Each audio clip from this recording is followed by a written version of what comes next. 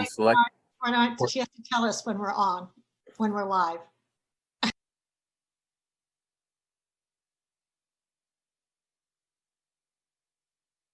Okay, we are live. Good evening. I'm Bernard Green, Chair of the Brookline Select Board. And with me will be Suzanne Feders, Chair of the Brookline School Committee, and David Perlman, Vice Chair of the School Committee, and the members of the Select Board and School Committee.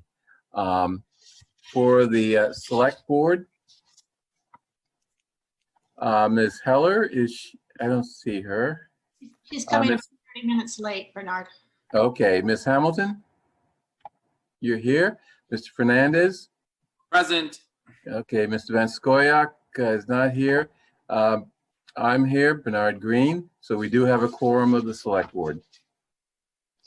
Okay, for the School Committee, we have Helen Chalupsky, Barbara Scotto, Andy Liu, David Perlman, Jennifer Monopoly, Mariah Norbrega, Susan Wolf-Ditkoff, and we have Casey Miller is here, Tricia Layham is here, and Jim Marini, our interim superintendent, is here, as well as Robin Coyne.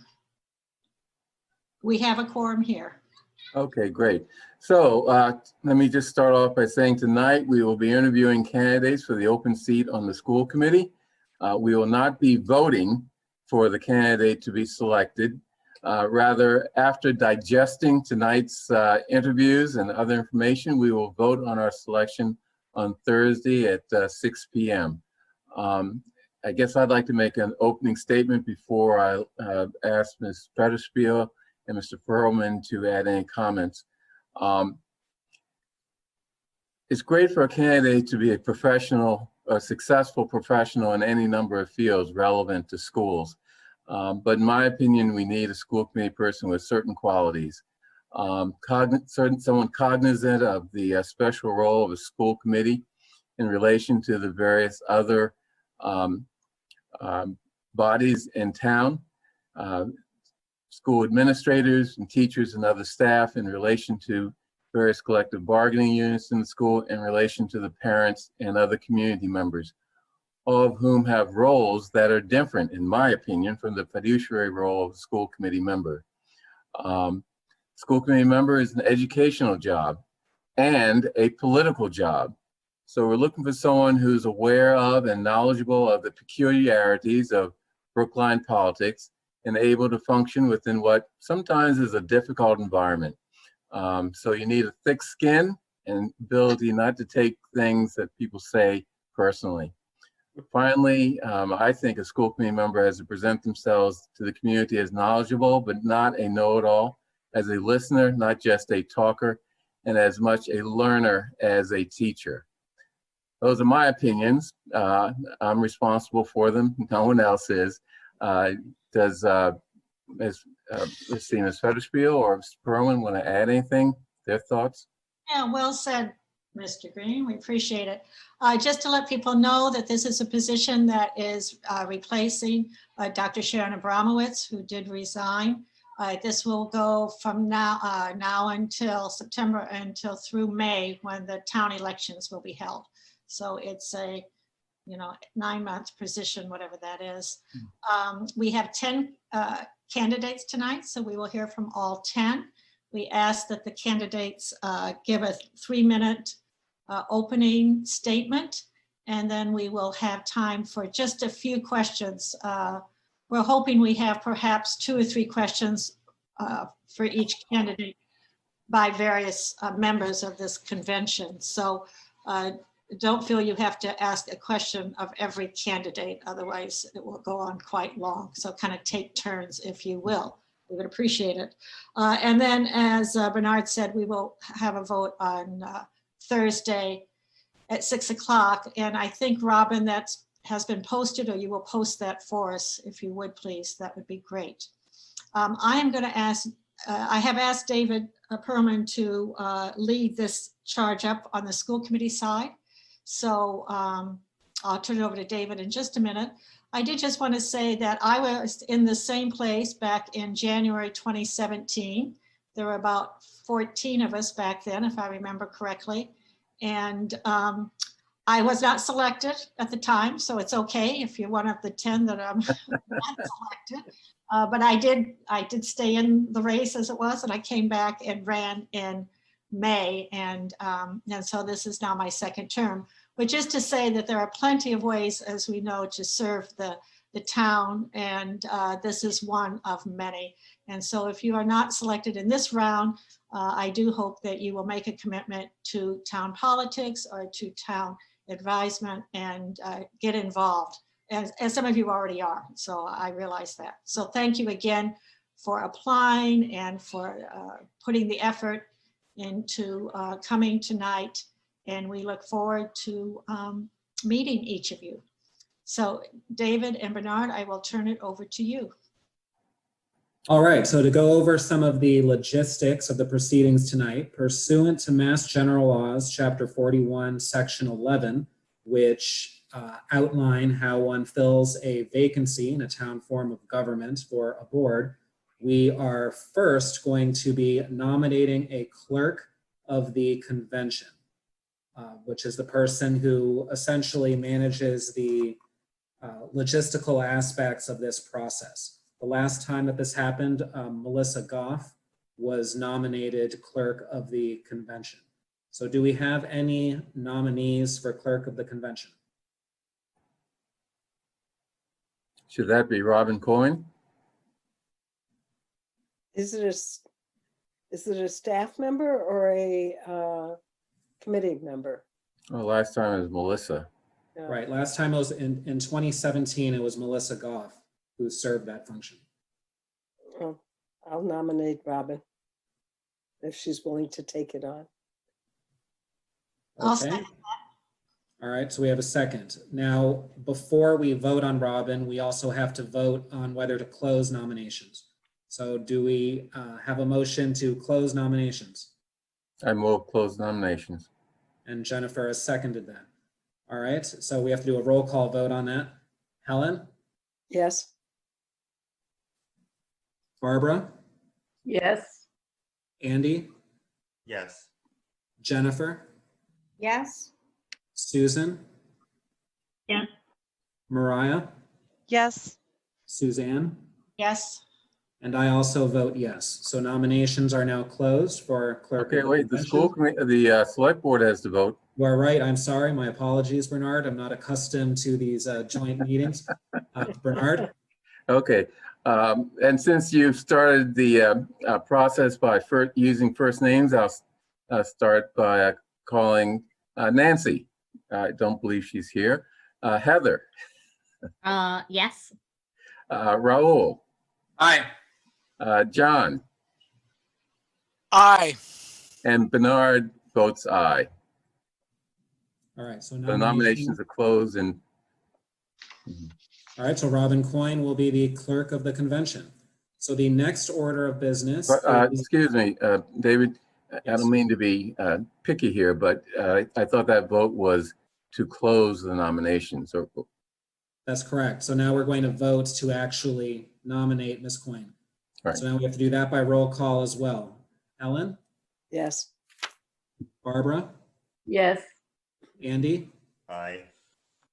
Jennifer? Yes. Susan? Yes. Mariah? Yes. Suzanne? Yes. And I also vote yes. All right, Bernard, your Okay. turn for select board. Ms. Hamilton, Yes. Mr. Fernandez, Aye. Mr. VanScoyoc, Aye. and chair votes aye.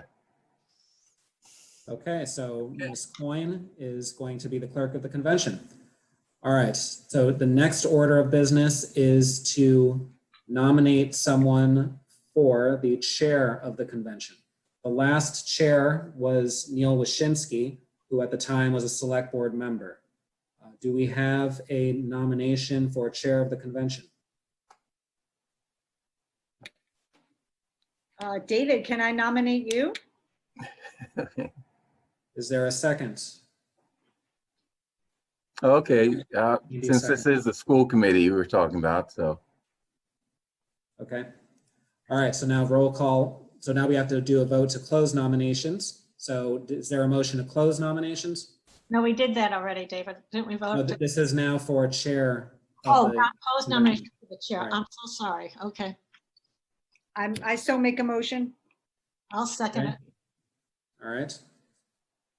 Ellen? Ellen votes yes. Yes. Barbara? Yes.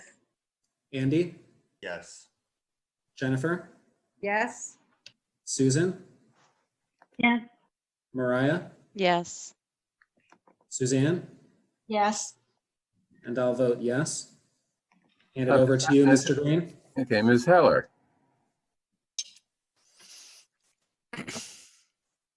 You're muted. Okay, I think Nancy Heller just came on, so let's move on to Ms. Hamilton. Aye. Mr. Fernandez, Aye. Mr. VanScoyoc, Aye. and chair votes aye. All right, so now we vote to appoint the chair of the convention. Do we have a motion? I move appoint David Perlman as chair. I'll Do we have a second? second. Okay. I'll move to last name since you're doing that, Mr. Green. Ms. Charlevsky, Yes. Ms. Scotto, Yes. Mr. Liu, Yes. Ms. Monopoly, Yes. Ms. Wolf Ditkoff, Yeah. Ms. Nobrega, Yes. Ms. Federspiel, yes, and Mr. Perlman also votes yes. Okay, Now, select board. Ms. Hamilton, Yes. Mr. Fernandez. Aye. I'm sorry, see Ms. Heller, Aye. Mr. VanScoyoc, Aye. and chair votes aye. Okay, All right, so Mr. Perlman will be chair of the convention. Yeah. So the next step, as Ms. Federspiel had mentioned earlier, was we are going to be interviewing our 10 candidates, and we will do so in alphabetical order. The 10 candidates are Mr. Dimitri Anselm, Dr. Natasha Archer Hartman, Dr. Stephen Ehrenberg, Dr. John Hermos, Dr. Yael Jaffe, Dr. Andre Kristoff, Ms. Rachel Levy Wexler, Dr. Joseph Riley, Ms. Lisa Rodriguez, and Dr. Sherry Simmons. Now, also, as Ms. Federspiel mentioned at the outset of this meeting, each candidate will open with a 3-minute statement of his or her choosing. That will be followed by an opportunity for members of this convention to ask questions. If you don't have a question, you don't absolutely have to ask one. Ideally, it would probably be about 2 to 3 questions beyond the opening statement for each candidate. And we would ask that the candidates try to constrain their answers to a couple minutes so that this process does not take too long. So with that in mind, we are ready to begin with Mr. Dimitri Anselm.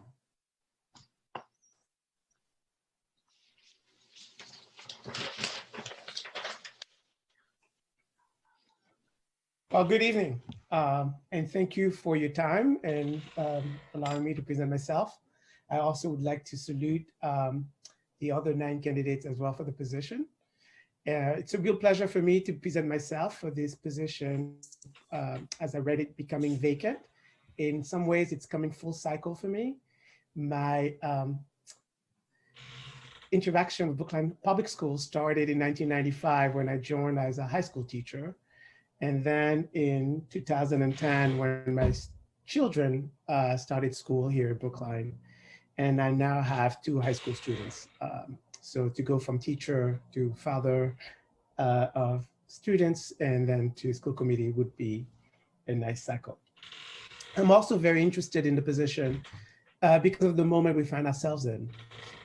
In the midst of a global pandemic, I think this provides both the challenge of how to think about preserving quality education as we're doing it remotely and through digital means.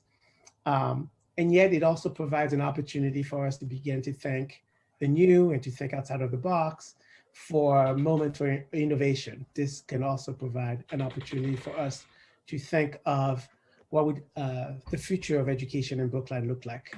Where would we want to go? You know, and I'm governed by three sort of questions that excite me. What is essential to know in the 21st century? What skills should graduates have in the 21st century? And finally, what shared values should our students graduate for Brookline High to prepare them to live in a pluralistic democracy? So these questions excite me, and I think they excite as well many of the educators in town. My sense is that the town most important resource at the moment are the educators we have. We provide an incredible quality education. I have been even more amazed of what Brookline does because I have seen what the teachers have been able to do with my own children. So I was already excited to know, and I've been having worked with many outstanding educators in Brookline, but to also be, as a parent, having seen it, I am just totally in awe of the work of our educators. We are also, as a district, well known for not only for our quality education, but for our diversity. I think we are a peculiar district. We are one of the few districts who are these kind of suburban/urban school districts.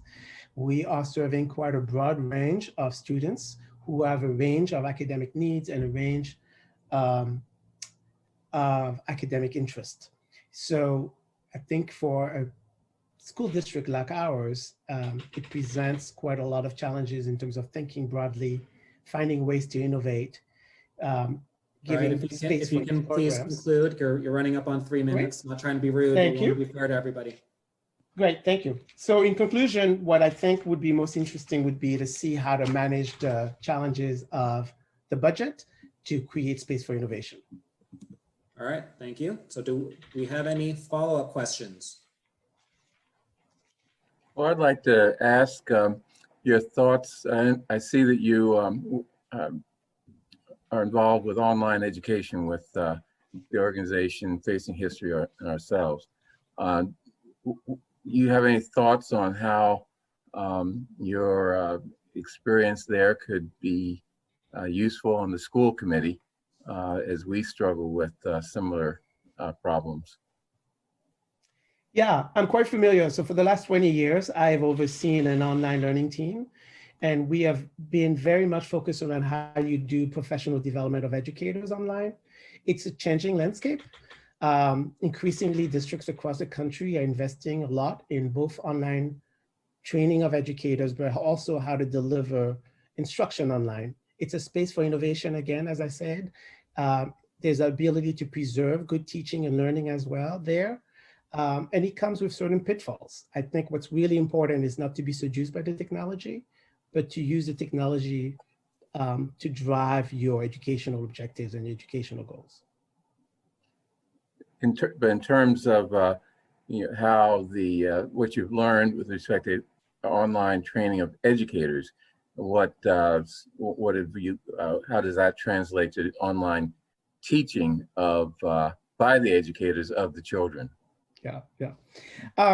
One of the most outstanding piece about online training of educators is that it models for them what the experience in the classroom would look like. It models for them how to engage. It models for them how to do small group learning. It models for them how to do assignments. And the variety of other tools that also exist that one can use. So if we were in a Zoom meeting right now, if we were teaching, there are a variety of tools I could have used to break the group into smaller groups and to do very engaging activities. So we model this kind of work. So teachers walk out of our trainings having the tools that they can bring in the classroom for themselves. Great. Thank you. Welcome. Do we have any other questions? Ms. Scotto.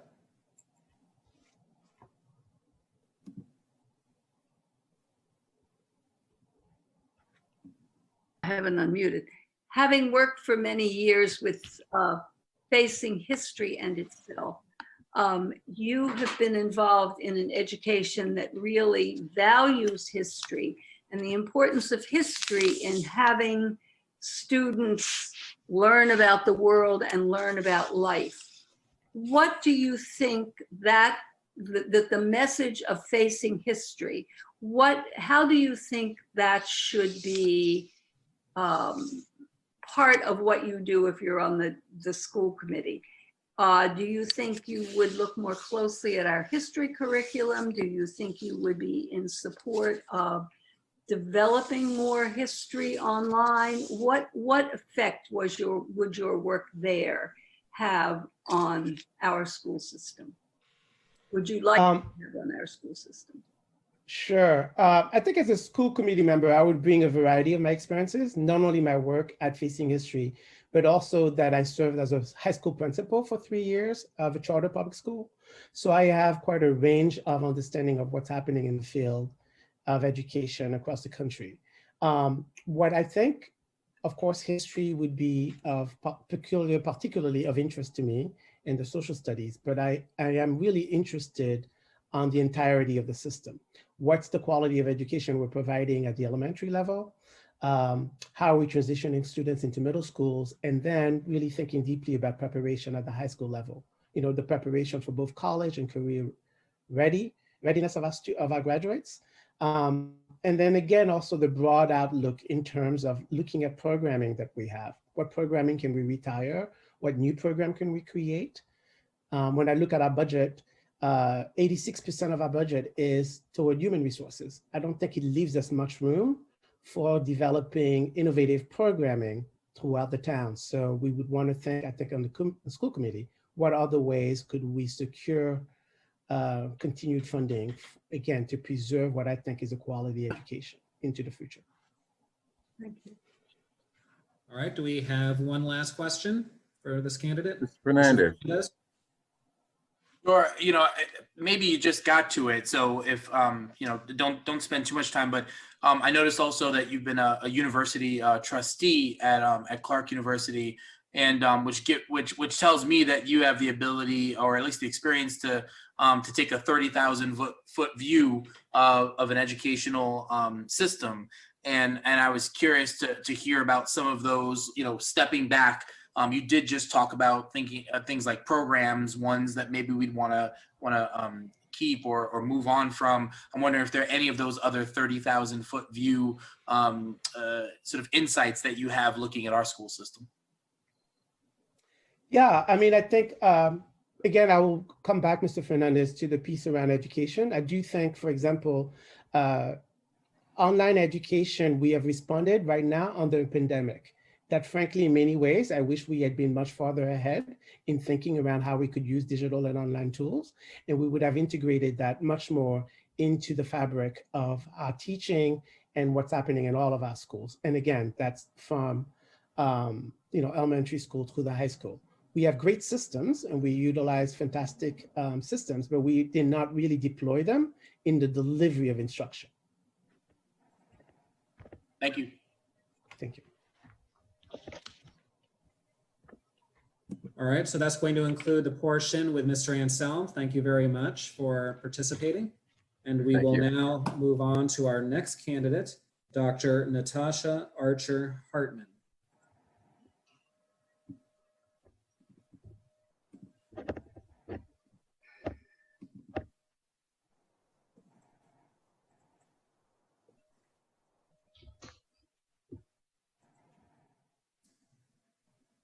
Good evening, Dr. Archer Hartman. Whenever you're ready, you've got your 3-minute opening statement. Good evening. Thank you to the select board and the school committee for this invitation to address this audience. I'm humbled given the other candidates. A few years ago, my husband and I moved to Brookline specifically for the public schools. We recognize that they're ranked amongst or within the top school districts in the United States. I think that's mostly focused on the low student to teacher ratio, the social and educational resources that are available to all the students, as well as the support that's given to educators in their professional development. And all of that really ensures that students are invested in learning and are continuously achieving. But that's not totally why I'm here today. I'm here today because my daughter is going to start kindergarten this week. She's super excited, and I am too. And like most parents, I want her to love school. But if she doesn't, at the very least, I want her to know that school is a welcoming and safe place for her. It was in Brookline that we had to address the racial slurs on Snapchat in 2017, and again in 2019. And I think that if we don't really insist upon an anti-racist and anti-misogynistic culture, 2021 will be no different. I also feel that safety is a major issue this academic year. As a practicing pediatric hematologist, keeping children safe is my day job. I've been the healthcare consultant for the last 2 schools my daughter attended. As a member of the St. Cecilia Parish Pastoral Council, as well as the St. Cecilia House and Robert McBride House boards. I've played roles in enacting essential programming to maintain safety and productivity while maintaining solvency within those 3 communities. So in summary, I bring my perspective as a mother of Black children, a pediatrician, focused on ensuring that all of our children can grow and learn in a welcoming and safe school environment. I'm committed to the work, and again, I'm humbled at the possibility of this opportunity to serve this community in a more formal role. Thank you. All right, thank you very much. Do we have any questions for Dr. Archer Hartman? Well, I'd have one question. You mentioned in your materials that you watch some students struggle with their IEPs while others thrive. I think that's how you put it.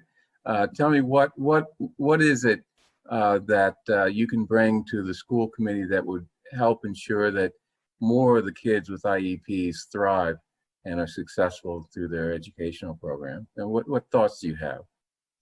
How would you be different than folks already on? I think the students that I've witnessed thrive on their IEPs have really great communication between the school as well as families.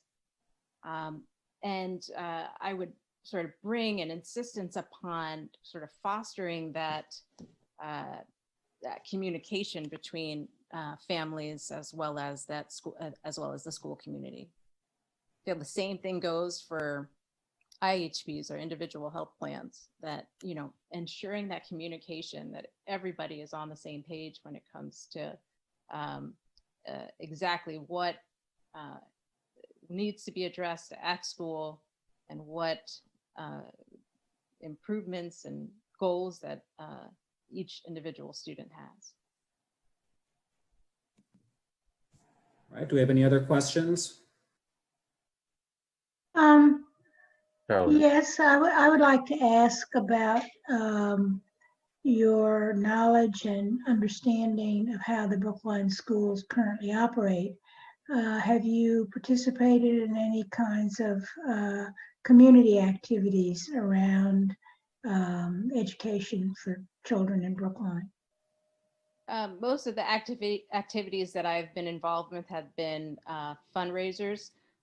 We moved to Brookline 2 years ago, and you know, part of this move for me to think about this role on the school community is to really learn more about Brookline, the public schools of Brookline. But thus far, all I've been involved with has been the fundraisers at Lincoln School, where my daughter will be attending.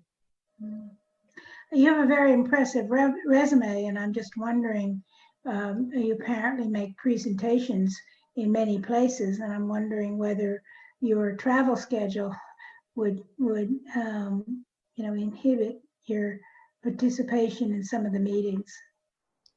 Well, I'm definitely not traveling now, and hopefully right. Our movement. Let's hope not. Our movement towards Zoom meetings, potentially they might be open to anyone everywhere, wherever they are. So if that's a possibility. Yeah. All right, do we have any more questions for Dr. Archer Hartman? Ms. Charlevsky? I'm curious what you would see as the biggest challenge for being on the school committee and the biggest reward. I think the biggest challenge is time. I think there's so much that you can delve into when it comes to being a part of the school committee. So for me, not only making the time, but also stepping away. I tend to really dive into things, and that's not perfect for anyone, especially my husband. And then I would say, but the biggest reward is really being a part of the community. I think that in order to really gain as much as you can personally, or at least for me personally, to gain as much from the community, I have to give and I have to be a part of it. And I think this is a great way to be a part of it. And as I said, I think there are particular things that I would like to see addressed as part of the public schools of Brookline. And so being a part of that and making sure that I'm doing as much as I can to ensure a safe place for my daughters is important. I'd like to ask another question, if you don't mind. So you moved to Brookline 2 years ago. What do you know about the politics, the way that the school committee functions, some of the challenges? And if you had any experience in a similar type of organization or committee? I know that sometimes academic committees can be pretty challenging, but what type of experience would you bring to the table that enable you to move into the school committee seamlessly? So you're right. I moved to Brookline 2 years ago. In terms of knowing a ton about the politics of Brookline, I admit that I'm a novice. My goal is really to learn and to understand what skills I would actually bring to the table. As far as politics and skills, I feel like I've had a lot of experience navigating people from with different opinions. Just in academics, that is essentially what you do quite often. As part of the St. Cecilia Parish Pastoral Council, as well as St. Cecilia House and Robert McBride House boards, I'm working with people who have a common goal, but may have differences in opinions. And I think that navigating that, bringing a fresh perspective, all those things will, I think, enable me to seamlessly transition into this position. All right, thank you, Dr. Archer Hartman. We are now going to move to our next candidate, Dr. Stephen Ehrenberg.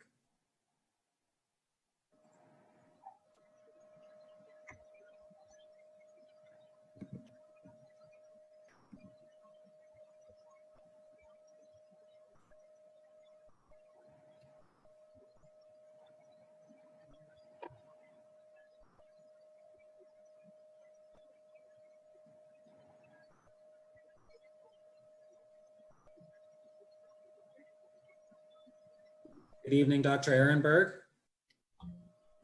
Good evening, Mr. Perlman.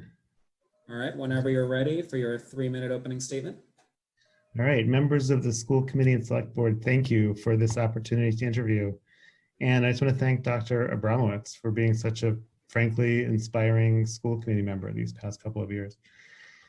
As I wrote in my application, I'm an international educational development professional with a doctorate in the politics of education policy. I'm passionate about inclusion and equity. I've applied to join the school committee to give voice to that passion, but also because I enjoy the process, the politics of building coalitions to support impactful educational policies. On my values, I want inclusion to be a starting point for educational policies, not an add-on. And by equity, I mean that students should have the support they need to succeed, not that they should have a standardized education.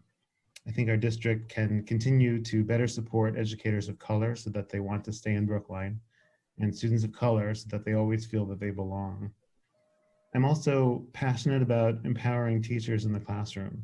Teaching quality, as you might know, is one of the only education variables to rise anywhere near the level of socioeconomic status and its predictive effect on student achievement. And I want more of our district curriculum guidelines to be guidelines and not mandates, so that our teachers and specialists have a say in determining what suits their class. I bring knowledge of what I believe will be immediately useful to the school committee, which is how to integrate education technologies into remote and hybrid learning experiences, and how to do so in resource challenging environments like the one we're currently in. I've been working with the experts in panel number 3 for the past few months in this area already. And as a member of the school committee, I should be able to lead subcommittees in this area and liaise with the Office of Teaching and Learning as needed, and also in this area. I moved to Brookline 10 years ago. I have 2 girls attending Lawrence. We're here in no small part because of Brookline's enduring reputation for educational excellence. That excellence consisted by all accounts of strong arts and history programs, strong social studies and science programs, and generally a well-rounded curriculum that produced well-rounded graduates who are curious about the world. And that's what I want for my daughters. Social studies, as you know, and science time for our classrooms were cut by 50% in 2019, and that still troubles me. But I'm happy to say that it seems to also trouble the current school committee, as I've heard many of you call for a review of these changes. So I would support that, because I think we need citizens with global competencies more than ever. Lastly, on the criteria for judging programs, I come to the question of values. What kind of citizens do we want for the public schools of Brookline to produce? I think they need to be informed and well-equipped. They need to have the confidence to express themselves. They need to come from all rungs of the socioeconomic ladder, and they need to represent the diverse communities that make up Brookline and the surrounding communities that represent the MEDCO program. And I think all of Brookline's communities should represent all of those values. If they don't, they shouldn't be funded. Also, they should be judged, our education programs, on the basis of their evidence base and their cost effectiveness. So I would support curtailing, for instance, the Literacy Collaborative, because it doesn't have a strong evidence base behind it. And I would support improving or strengthening our responsive classrooms, which have a great evidence base behind it. Dr. Ehrenberg, sorry to interrupt. You're at 3 minutes. If you could try to wrap up. Okay, that's it. I'm happy to talk further about an approach to macro budget analysis, and I thank you for your time. All right, do we have any questions for Dr. Ehrenberg? I have a question. So you've been in Brookline for quite some time, and you have 2 daughters here, and I'm wanting to know your connection to the schools and to the community is through your daughters in terms of their education. Have you been involved in any other activities in the schools, any other committees or working groups or whatever efforts in the community? What kinds of community activities? Sure, my civic activity has largely been through education, and it's mostly because I felt that that's where I have the most expertise. That's where I have the most to contribute. So I spent a couple of years somewhat obsessively attending the school committee meetings, trying to understand how education politics worked in my town. I joined a local organization that promoted dialogue between various stakeholders in education. I joined the volunteer panel and Khalees Wernham's Education Equity PAC. I joined our diversity PAC, our diversity committee in the school, but it's all been education focused. All my civic activity has been education focused. I don't feel like I have the expertise to do much else. Okay, thank you. Any other questions? Mr. Liu? Yeah, so you mentioned the need to support educators of color. I'm wondering what are some concrete steps where you think Brookline could be doing better and that are sort of within our reach in that direction? Yeah, I think there needs to be more proactive outreach mentorship and support activities for our current educators of color. I think we need to be making sure that their feedback about their current experiences is well understood. I think we need to be addressing problems as they arise and not afterwards. I think there have been some experiences in the last couple of years where there have been exits of educators of color where they did not feel so well supported in the community. And I think they could have been stronger performers if they felt better supported. So I think there's some concrete support activities that can help us retain them. Any other questions? Yeah, you're a member of the Lawrence School Educational PAC, or Equity PAC, a Parents Advisory Committee. One of the issues, when my son went to Lawrence, and by the way, before I say this, his experience in the Brookline schools was very, very good. But one of the things that I understand, I'm told, is occurring in this school district as well as others throughout the country, is even middle-class Black families' kids experience achievement gaps in suburban schools. What are your thoughts on how that situation can be addressed here in Brookline? Yeah. So first, it was the district PAC. It wasn't the Lawrence one. It was the. I'm sorry. Right. It's okay. It was the one under Dr. Warnham, and I think. Well, first of all, I think it's nuts. I think you're exactly right that middle-class Black kids, on average, do worse than poor white kids in the district. We learned from the last demographic presentation on the PAC. I think we need to be looking for good practices in comparable districts. I think we need to be creative and experimental. I don't think there's a one-size-fits-all solution, and I don't think the evidence base is deep or robust enough to say that this variable can be addressed with this set of inputs. But I think we can be doing, sorry to sound academic about it, we need to be doing more literature reviews. We need to be aggressive at finding case studies about districts that look like Brookline and seeing what they did right and what they did wrong and trying things out. But I think we need to be very proactive about it because the gap is not closing. Despite so many initiatives in this town, the gap is not closed at all. And that's a problem. Ms. Charlevsky, I saw that you wanted to ask a question. I have 3 questions of one candidate, 4 questions of one candidate, but if I was just going to ask the same question I had asked of the previous candidate, but shall I do that? Go ahead. Okay. What would you see as the biggest challenge of being on the school committee and the biggest reward that you could get from it?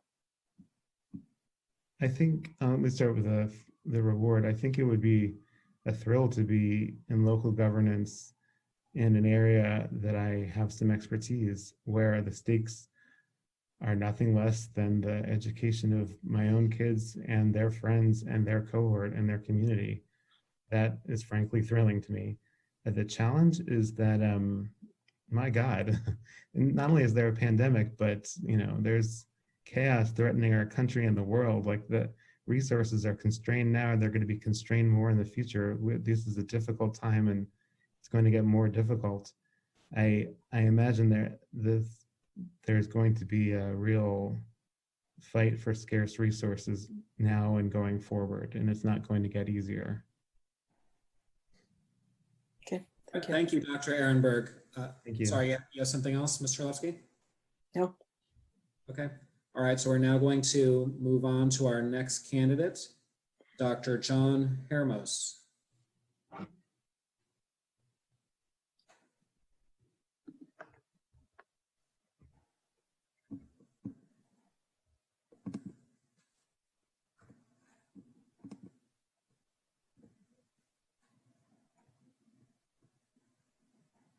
Good evening, Dr. Hermos.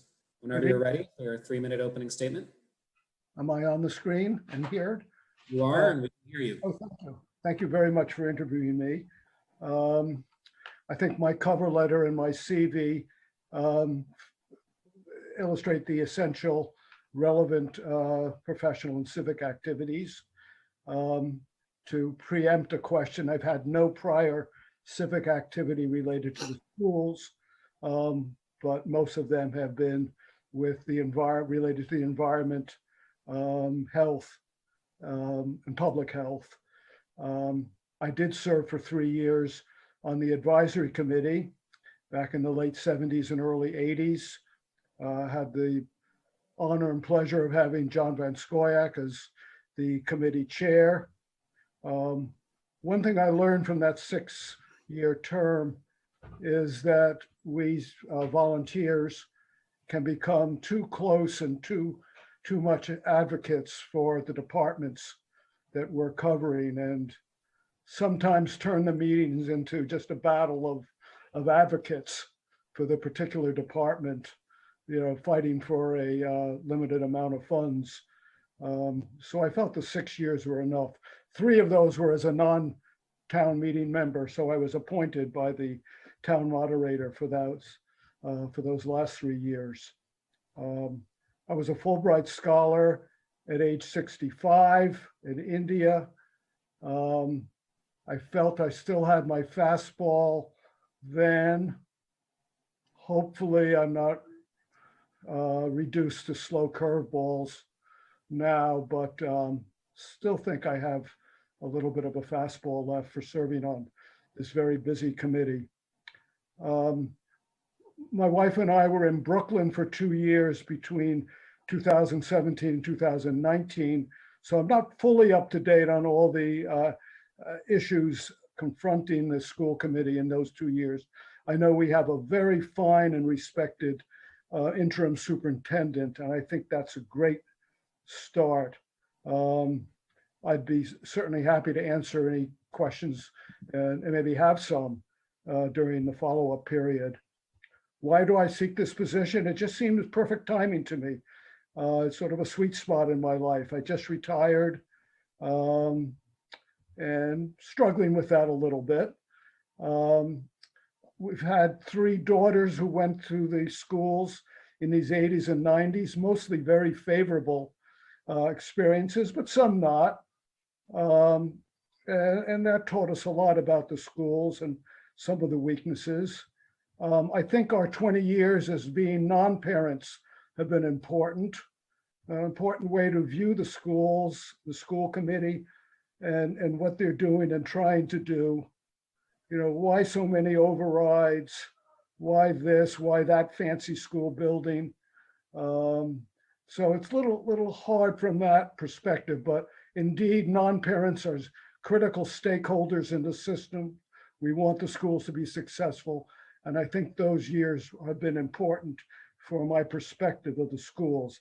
Now, like one of the previous candidates, we have a grandchild entering kindergarten, same school my daughters went to, Lawrence, and she moved specifically back to Boston, to Brookline from New York, in order to.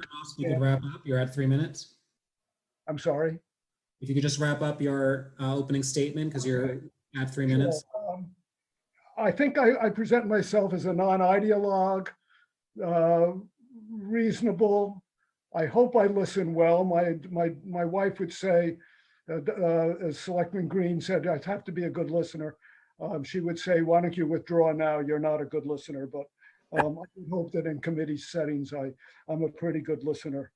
If I focused on anything, it would be the 8th grade, 7th and 8th grade curriculum, both to enrich that and perhaps to serve as a safety valve for overcrowding. I think a lot more could be done for town-wide activities. I won't mention the 3rd rail middle school, but I think a lot of innovative work can be done in those ages, both with the curriculum and where the children can get together for both basic studies and enrichment.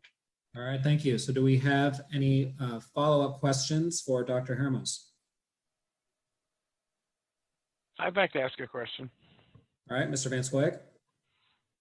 Hi, John. I first want to say hi, John, and thank you for for mentioning my advisory committee experience. I sometimes think people who served on the advisory committee at the same time as I was chair remember it better than I do. But be that as it may, something I know about you, I suspect some of these other people present know about you, but I didn't hear you mention it, is the experience you've had over the years in Nicaragua, with Brookline's sister city in Nicaragua. And I just wonder if you have some wisdom to share as to the value of international experiences such as that in a person.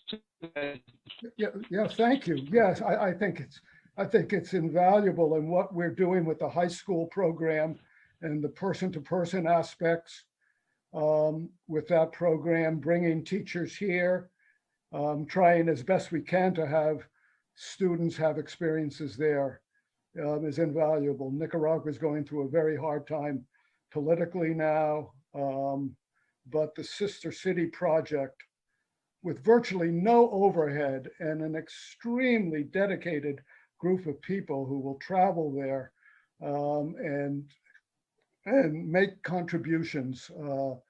So one, it's a great program. Two, the international connections are great. And three, it is certainly something that our students should, if they can, participate in to broaden their sensitivities and experiences to the folks outside of this country. Thanks, John. Any other questions? All right, I'll ask. I'll ask a question. I noticed that you grew up in Englewood, New Jersey. I know something about that because school superintendent of Englewood came to Philadelphia when I was there. We were sort of in an adverse relationship, but he was a good guy. Englewood was a town much like Brookline back in the 50s and 60s. And as I understand, my recollection is they addressed a lot of issues of race back then in ways that we have yet to address them here in the 21st century. Do you have any recollections or thoughts on issues of race that maybe we've forgotten about over the years? Yes, thank you. Boy, Englewood had a great high school. Dwight Morrow High School was populated by the whole town. We had a Hill, Rich, Anglo, Hill section, very ethnically diverse middle wards, and then a African-American section. And the schools were fantastic. Then I hate to use demographic terms, but the rich guys started going to private schools.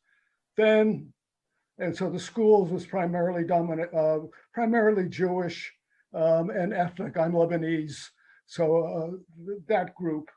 So we made the schools great, but maybe not as great as they used to be. And then this group started going to private schools, leaving the Englewood High School primarily as a minority high school. And I think it's still doing well, but it does not have the diversity that added to its greatness in the past. We have an alumni association where we contribute and help students attend plays and attend seminars. And I was hoping to add a scholarship program. But yes, race was an important factor in Englewood. And what can we learn from it? As was, I don't know what I learned. I learned that ethnic groups tend to move in mass. That once the Hill people started going to private schools, it was a real brain drain in that way, or maybe not brains, but a drain. And then when the ethnic group said, no, this school system isn't quite working and we've got enough money, let's go to private schools. So the public school was really drained of a good portion of the Englewood population. I don't know if I learned anything other than observing it. Thank you. All right, any other questions for Dr. Hermos? Could I ask a question as to the current, having been out of town, the current status of contracts and school overcrowding? Are we okay on these at this point, or what's the status of the teacher's contract? So the teacher's contract expired. There are negotiations that are ongoing at the moment. The main focus of those negotiations are around a memorandum of understanding for the reopening of the schools. Our schools open on September 16th, but in limited fashion for in-person. Most students will be in a remote learning program with a plus portion that will be for some level of in-person activities. And the population problem, if this were a COVID-19 era, would we be able to accommodate the school population without the 9th elementary school? Well, there's been a lot of debate around that, so it's difficult to give a simple answer to it. But generally speaking, we're always very concerned about space for our students, and it's something that we're quite mindful of. And it's becoming an additional challenge right now where with the needs for social distancing, we're going to need even more space for the foreseeable future because we have to reduce class size to make sure that everyone has 6 feet. But we now need to move on to our next candidate. So thank you very much for joining us. Our next candidate is Dr. Yael Jaffe.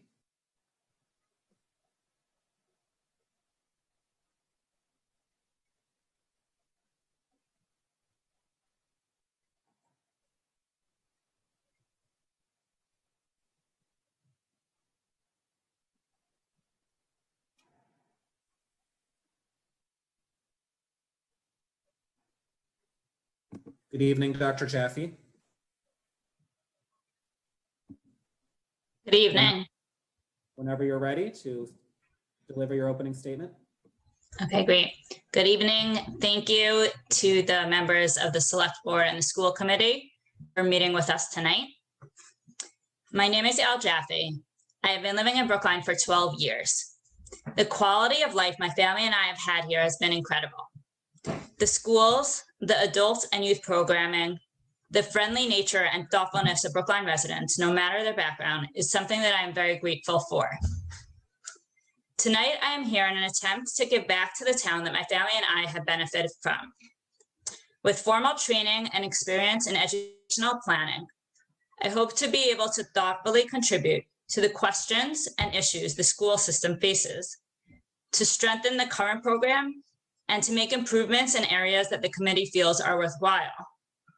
I'm not here to push any particular agenda, but to support the best educational system for the next generation. I'm passionate about using students' time and school resources to be the most effective they could be, not to just settle on achieving a particular end goal set, but figuring out the best way to reach that goal. We have a small number of years to form the hearts and minds of our next generation. And we have so much to teach them: how to be curious, kind to all, engage with the world around them, and proactive to continually better things in their world. And so many skills that they need to understand their world and contribute to it. Often it is harder to figure out the best way to reach our goals, more than to set goals. With my training, my advisor taught me how to be creative in applying solutions and experimenting with options to find the way students will learn best and how to evaluate whether a great idea truly works. My advisor introduced an innovative reading program in the New York City public schools, which move away from depending on understanding each and every line to really just trying to understand the gist of the passage. This showed me that we need to continually think out of the box, how to learn different skills best. Through my doctoral program, I also learned that certain programs help students of certain learning styles and certain backgrounds, and other programs benefit other students. A one-glove-fits-all approach does not work. Much time is needed to tweak any program to be able to meet the needs of all learners. My experience as a teacher also gives me insight into all the balancing that is needed in decision-making and in setting up successful, supportive environments for staff that make them be most effective, as well as the environment that makes students thrive in my position as Dean of Students in various grades. If we want our students to be passionate, driven, creative, caring, generous, and ready with all the skills they need to make our world full of joy, understanding, innovation, and connection, we need to be very thoughtful about how we best reach these goals. Thank you for the opportunity of coming to speak to you tonight. All right, thank you, Dr. Jaffe. Do we have any questions? All right, then I'll ask a question. Hi, I'm curious what kind of community activities you've been involved in Brookline. You've been here a number of years, and your children have been in various schools, I see. Is that because you're in the buffer? Yes. Okay. So I would say most of the activities have been through my children. I haven't been involved politically. So I think that what I have to add is more from my background in education in general, but I wouldn't say I'm a political expert in any sense. But I have lots of connections in the community, you know, and people talking about the schools, and from that end, I would say I'm familiar. Thank you. Yeah, I have a question. Yeah. I see that your degree, I think from Teachers College, was in comp. Give us some thoughts of how you would use that training to understand ways in which we can better help kids with IEPs, Black kids, and others who seem to be falling through the cracks many times in not just this school district, but throughout the country. Yeah, that's a really important question. And every time a new program is put into place, or just a general program, that sort of always is the problem afterwards, where they see like maybe this helps a lot of students, but then there are students of other backgrounds or students of other learning styles that it doesn't necessarily work for. And I think it takes time and experimentation, or how also some other candidates spoke about how we could look towards models and other school programs to see how it works. And sometimes we could look at one population that has difficulty and figure out how it worked for them and maybe apply it to a new population if there's no research on that population. But I think it is very important that whatever is put into place, then it has to be tweaked on needs. And I know the town is very good at doing like assessments and figuring out. The challenge, I think, is often to figure out why is it not working for certain groups. And that's probably the bulk of the work, is to figure out what is the obstacle. And then it's probably easier to figure out how to target the obstacle once we figured out what's holding people back or why is it not working for them as well. Thank you. All right, Dr. Jaffe, as you're well aware, budgets are finite. We are required under state law to balance our budget. How would you evaluate budgetary decisions? Yeah, so I think knowing about everything going on with the schools and with the town, I think that sounds like the hardest aspect, because every time you have a good resource or a good program, nobody wants to, it's very hard. And even if it's not your favorite thing, nobody wants to cut it because it's working, it's great. So I think that is a really difficult question. I guess like as a global answer, how I would think about it is to figure out, given what the cost is, whether it's financial or time, whatever it is, how does that compare to what we're getting out of it? So if there's a really expensive thing and we're getting a small benefit versus a program that doesn't cost much, but is a little bit of a bigger benefit, I think that's probably how I would think about it. And I think also somebody mentioned this idea before that the more resources you could put into what's already in the classroom and buffering that and having a value we want to teach through that, rather than necessarily bringing in an outside program or an outside technology to do it. Sometimes that's more efficient, even if there's a slightly better option outside. And I guess that would be like the global way I would think about how to figure out how to balance things. Thank you. Mr. Lepsky? Hi. So I was looking at your resume and seeing that your experience, and I was curious about the SAR high school in the Bronx that you were at, and what was cutting edge about it that you referred to? So they they sort of formed their school on this idea that they wanted to do everything with the best research way, with thinking out of the box. A couple of the things that they had done, which now is not so new, but when they started was they set their school up as a community of learners. So there was like a large room that everyone would come into, and it was open to that, and all the classrooms were open. So it felt very fluid, and it felt more like a community than in a traditional school. But they did lots of programming also along those lines, where they very much focused on having a mentorship program, and giving each student the focus and looking at the whole child. And they had lots of follow-up along those lines, rather than it just being about a one-fits-all kind of approach, which sometimes educational systems fall into. Is this a public school?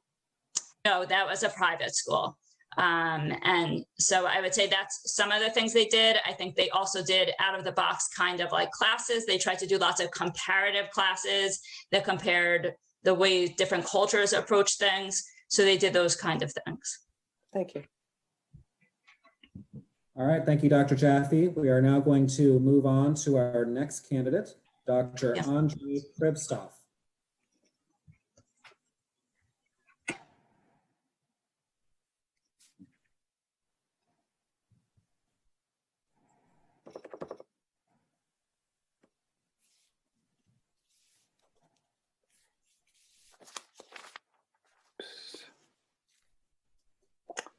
Oh, thank you very much for the invitation for this interview to temporarily fill the vacant seat on the school committee. And I hope I will be able to run for the position in general elections in May. So I also would like to upfront express my gratitude to the school committee, because they are doing gargantuan work last 6 months, and that has been very difficult for everybody, and I am not afraid to take that difficulty on my shoulder too. So why I applied for this position? I'm a Brookline resident with 2 children in Brookline public schools. My daughter goes to Driscoll and my son goes to BHS, which gives me a vested interest in the success of the school system that provides education for all Brookline kids, including mine. I choose to put forward my candidacy because I'm concerned about how and if all the voices of children and families of Brookline are being represented in the decisions that are being made for them right now. I believe that the school committee must be responsive to the community it serves. I read it as a school committee needs to understand, accept, assess, and codify the wishes of the community it serves, all the community. That's how representative democracy works. Therefore, I choose to run to be the voice of Brookline residents who are concerned about the school's reopening debate and how and if kids will be able to return to school, when it may happen. Is it going to happen next month, in 2 months, next year, in 5 years? We are very concerned. I believe that hybrid plan to return kids to school is the right direction for kids, families, teachers, and our schools and our community. A balanced hybrid approach that treats all kids equally is of utmost importance at this time. And I will briefly go through my qualifications. I don't have any experience in the politics, particularly Brookline politics. I'm an academician, I'm a biologist, I'm a medical biologist. But both me and my wife cherish education. Education was my personal path to success. I owe my achievements in part to the great educators that I was lucky to encounter in my life. I went to school in Moscow, Russia. After completing high school, I went to study at a university also in Russia, where I got involved in scientific work. After working in several laboratories during my undergrad years and publishing my first scientific paper, I decided to continue my research career and went to study towards my PhD in Germany. After coming to the US in 1999, I was able to develop a very successful scientific career, and because my work was judged on its merit. Over years, I mentored a number of undergraduate, pre-graduate, and graduate students. I am very proud of my effort, which resulted in advancing the careers of my trainees, some of whom were children of low-paid workers growing up in low-income housing. Some of my mentees still keep in touch with me.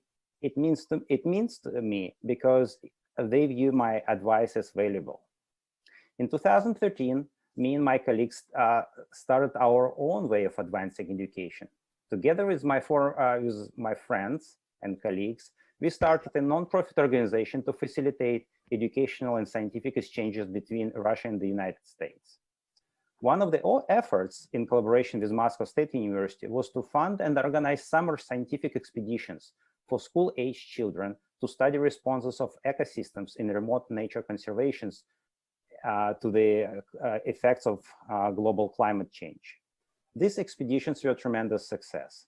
We were enrolling children from diverse backgrounds. The science curriculum was focused on natural sciences with lots and lots of hands-on approaches. The children loved this expedition. You're at 3 minutes, so if we can try to wrap up your opening statement.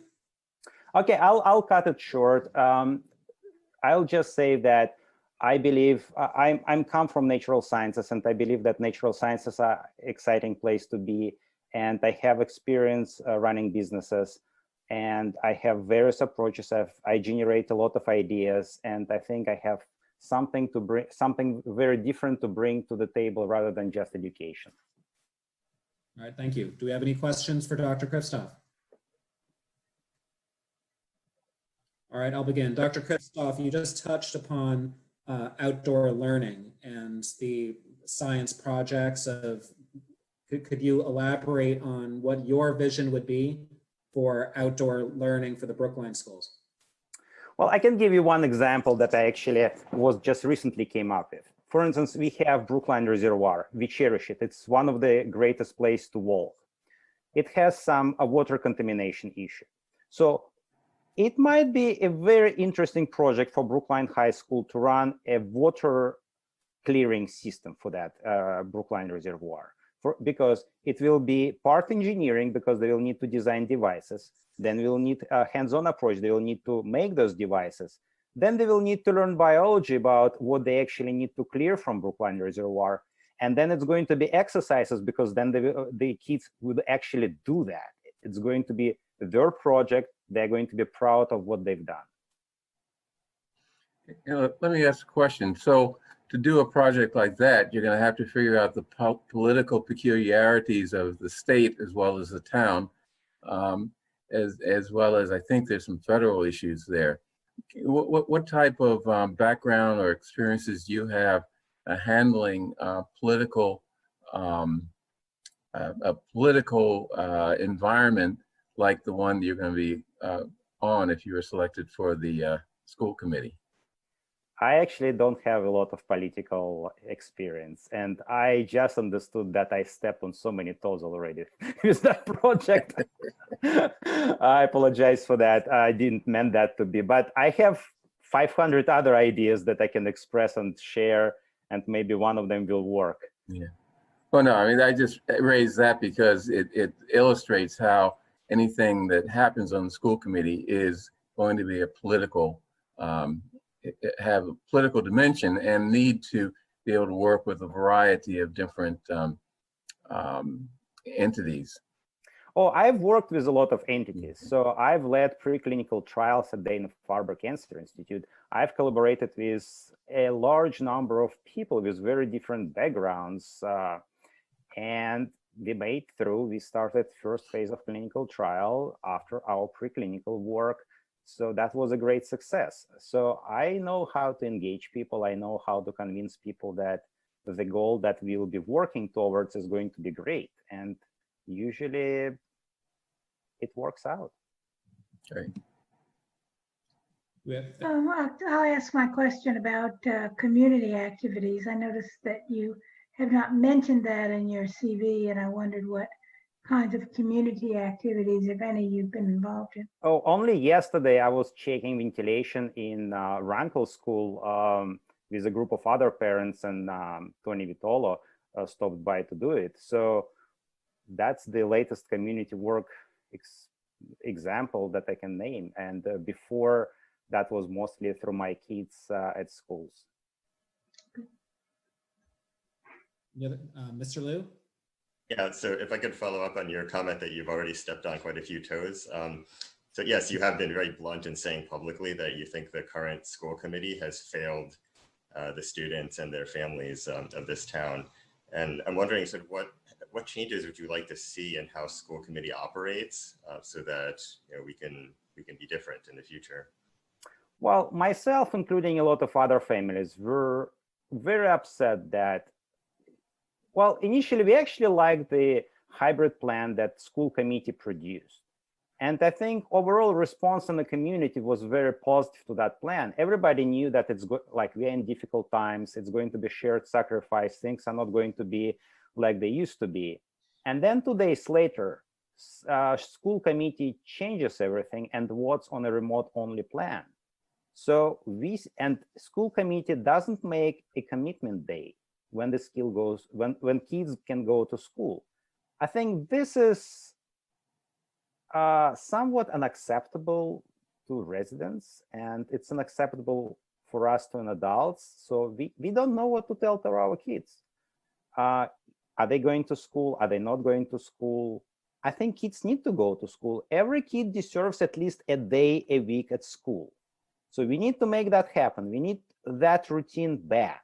So kids will be learning somewhat remotely. They will be learning something in person, but we need that engagement back.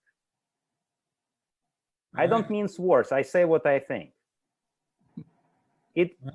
I got trouble for that, but I'm an honest person. So if I see a goal, I go to my goal and I try to convince others that that goal is worth it. All right, thank you, Dr. Kristof. We are now going to move on to our next candidate. Thank you very much for having me. You're welcome. Ms. Rachel Levy-Wexler.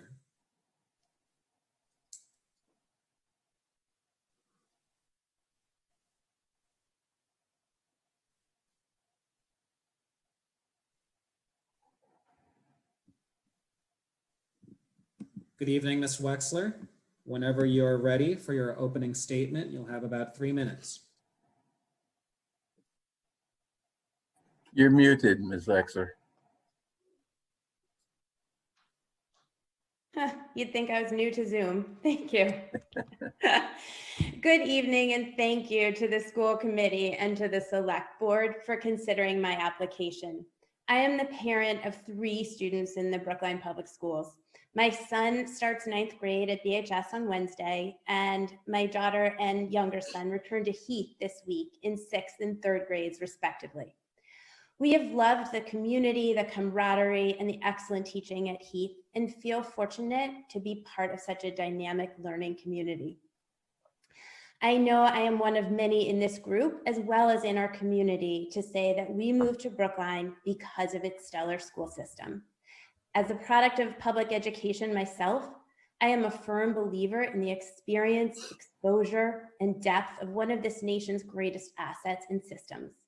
And as a K-12 student, I wish I had had the opportunity to be part of a school district such as the one that we have moved here for. Brookline benefits from an abundance of strengths. Some of the best teachers, involved parents, sometimes to our own detriment, and in a state with some of the most competitive educational performance globally. Yet we are not capitalizing on our strengths. We are putting more time and energy into infighting, creating an us versus them environment that is hurting our students, our teachers, and our administrators. We are missing the mark. And at an all hands on deck time, when we need to come together as an academic community in support of our students and teachers, we are not living up to our potential. I also come tonight as an education industry professional with skills that are specific to today's needs, having spent nearly 20 years concentrating on and addressing teacher professional development, scaled programs, and online education. My focus has been on attaining strong educational outcomes, engaging and supporting hard to reach students, and utilizing resources as economically as possible. As an executive at Penn Foster, an online high school, college, and workforce education provider, I adopted and integrated best practices across student support, instructional design, and technology integration to create programs where students could learn and thrive in environments that are far more independent than our traditional physical classroom-based education system.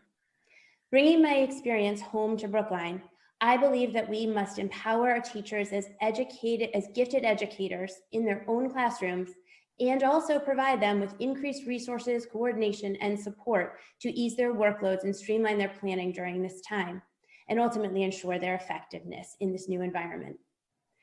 We are at an unprecedented moment in history. Some call it a crisis, and I see it as an opportunity. And we are defined by how we act during moments such as the one that COVID has created. We have an opportunity to collaborate and focus on solutions that best serve our teachers and students and return to an environment focused on educational excellence and opportunity for all. We have an opportunity to invest further in hybrid and online learning support, testing protocols, and other short-term initiatives that will retain our teachers and keep students in Brookline Public Schools.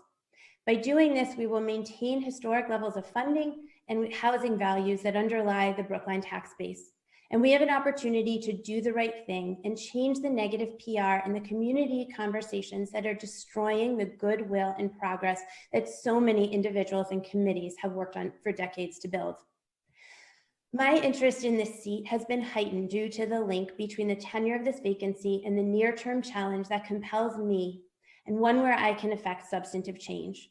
I am focused on ensuring academic excellence with equitable opportunities in the current environment, which is near-term focused, yet will undoubtedly have a long-term impact as online education enters mainstream public education. All right, Ms. Wexler, you're at 3 minutes. If you can try to wrap up. I'm done. All right, thank you. Okay, so do we have some questions for Ms. Wexler? Ms. Monopoly. Hi, how are you? I'd like to ask a clarification question, or perhaps you could expand. One of the items on your resume talks about comprehensive school reform. Could you tell us more about what that means to you? There are so many interpretations of school reform, so I wanted to get your thoughts on that. Sure. So it's a great question, and it takes me back several years to a different academic and political environment. Comprehensive school reform at the time was part of a movement by George H.W. Bush to elicit models for innovative school design. I had the opportunity to work on one of those models, which was a grassroots organization out of Cambridge called Connect. And the ideals that we focused on are ones that today seem almost commonplace. It was about the use of data in classrooms. It was the meaningful use of technology. It was about high quality professional development focused on bringing the best of our teachers and giving them what they needed in order to affect change. By change, we're talking about educational outcomes in some of the most challenging districts in the country. And those districts tended to be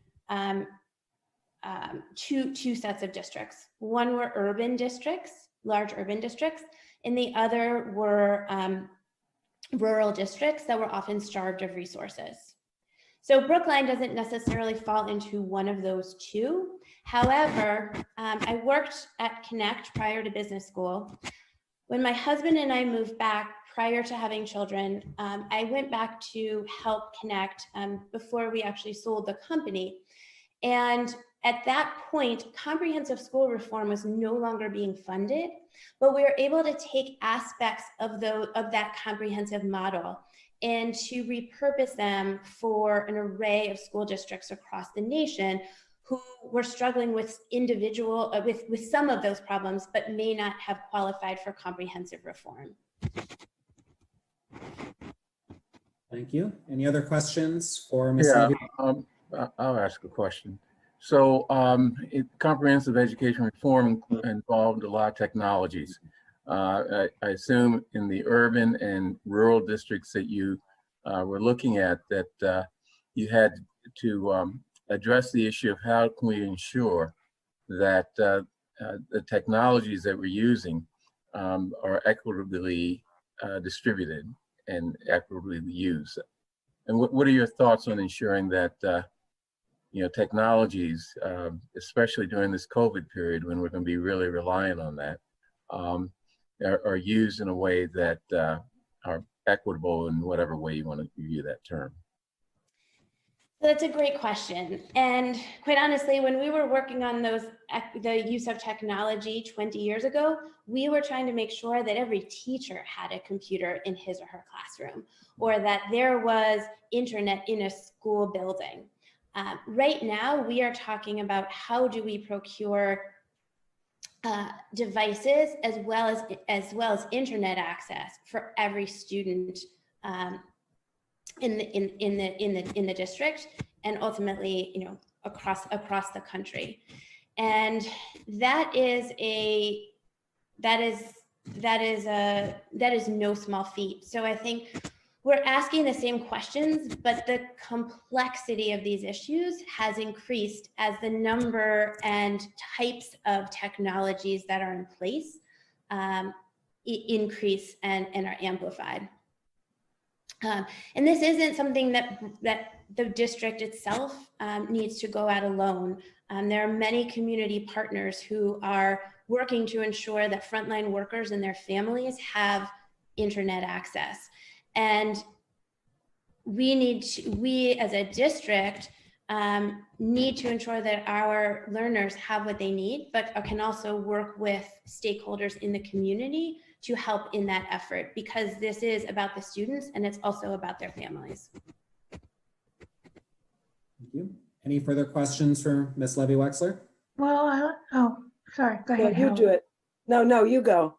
No, I was just going to ask how you've been involved in a number of community activities, the Brookline Education Foundation, the Heath PTO, and I'm just wondering how you feel those things would inform your view of what's happening in the schools, and how you would positions you would take as a school committee member. I feel, you know, in many ways, I feel like each of us as stakeholders in the community have an obligation, or really a responsibility, to be part of the system and to contribute to the system that we are also gaining from, that we are also benefiting from. And working with the BEF, for example, was a tremendous introduction to the Brookline ecosystem. And the partnership with the BEF is more important right now more than ever, because the district is going to be challenged to adopt novel programs and innovative initiatives. And that partnership with the BEF and the Innovation Fund and PTOs across town will be critical in trying new things. In listening to the high school leadership and in seeing what they're doing, I've been extremely impressed to see that they are trying several new things. They are admitting that they don't have all the answers, and that we are all we're in uncharted waters, and we need to be able to try things, and to, if they don't work, try a plan B. I think right now, this is more about having a can-do attitude and having partners in the community who share that same view. Because only by trying will we end up getting to a place where we are all satisfied with and proud of the work. All right, Ms. Charlevsky, you had a question?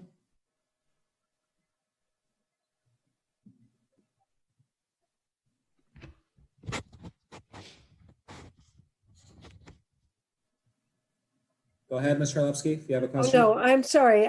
Nancy actually asked my question. I wasn't sure she was going to ask it, so she asked it already. It's fine. I'm good. All right, well, thank you, Ms. Levy-Wexler. We're now going to move on to our next candidate. Yes. The next candidate is Dr. Joseph Riley.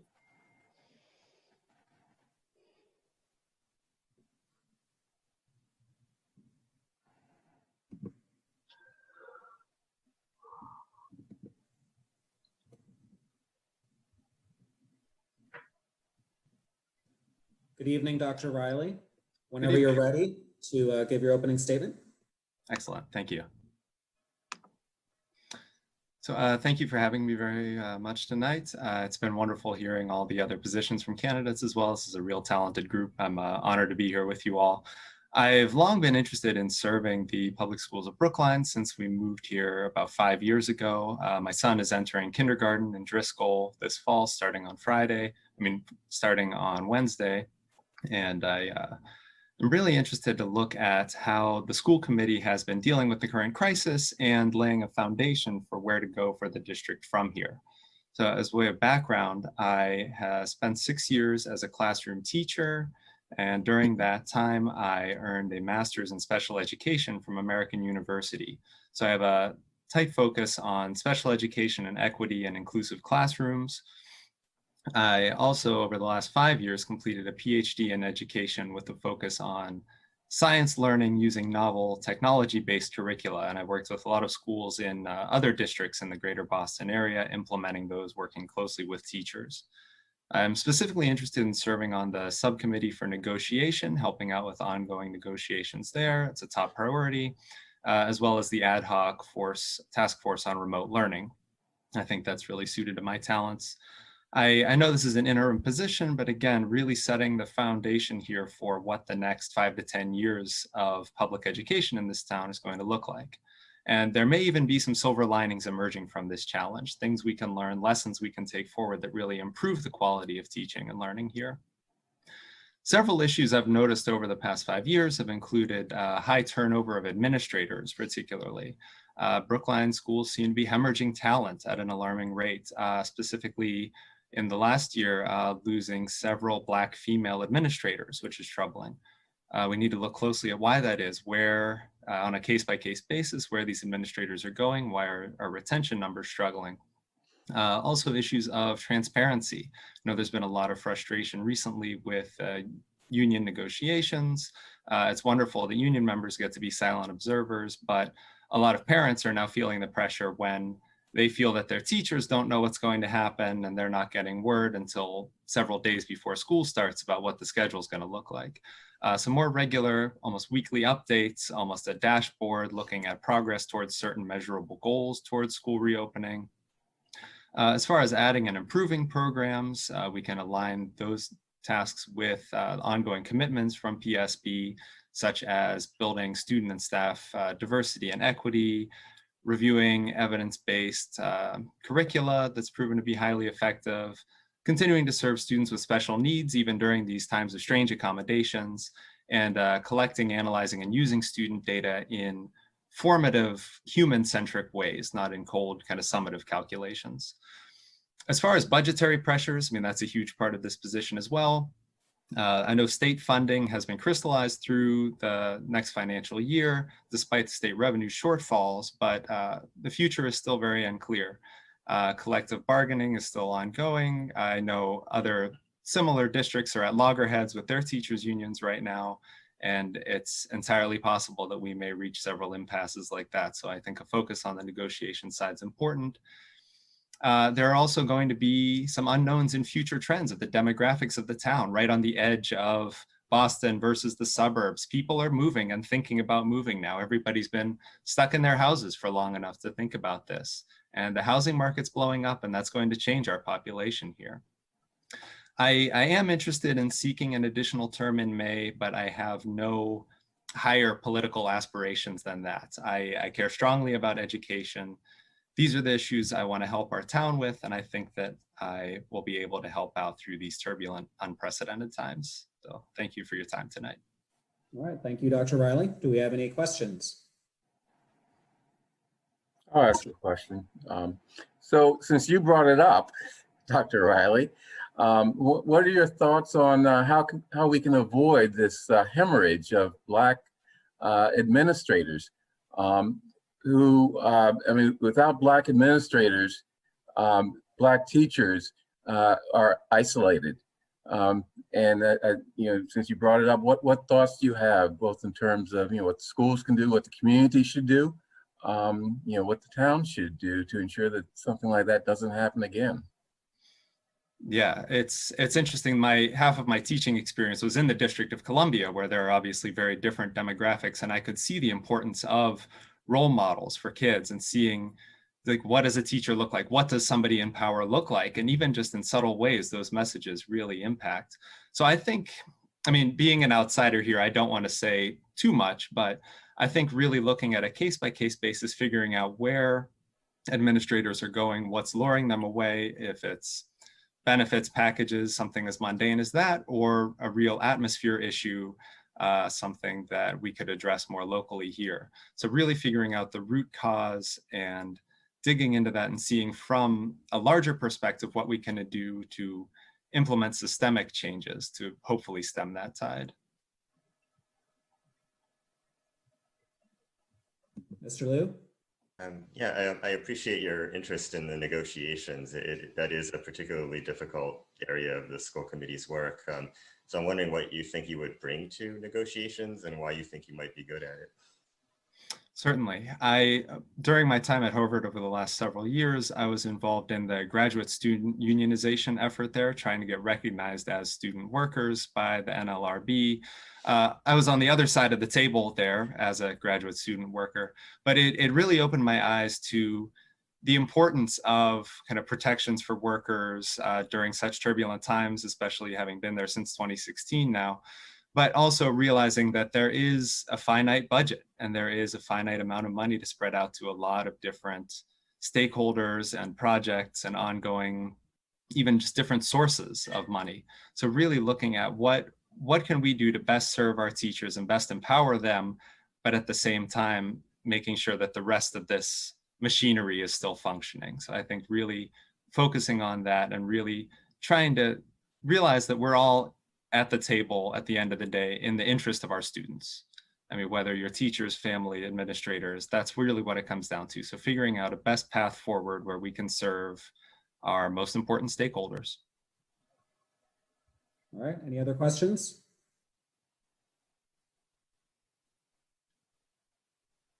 Okay, seeing none, thank you very much, Dr. Riley.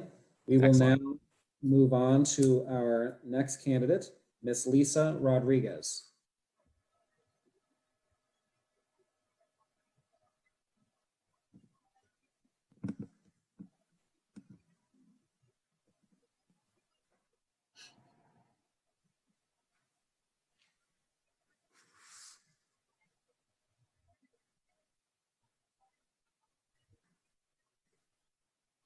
All right. Good evening, members of the school committee and select board.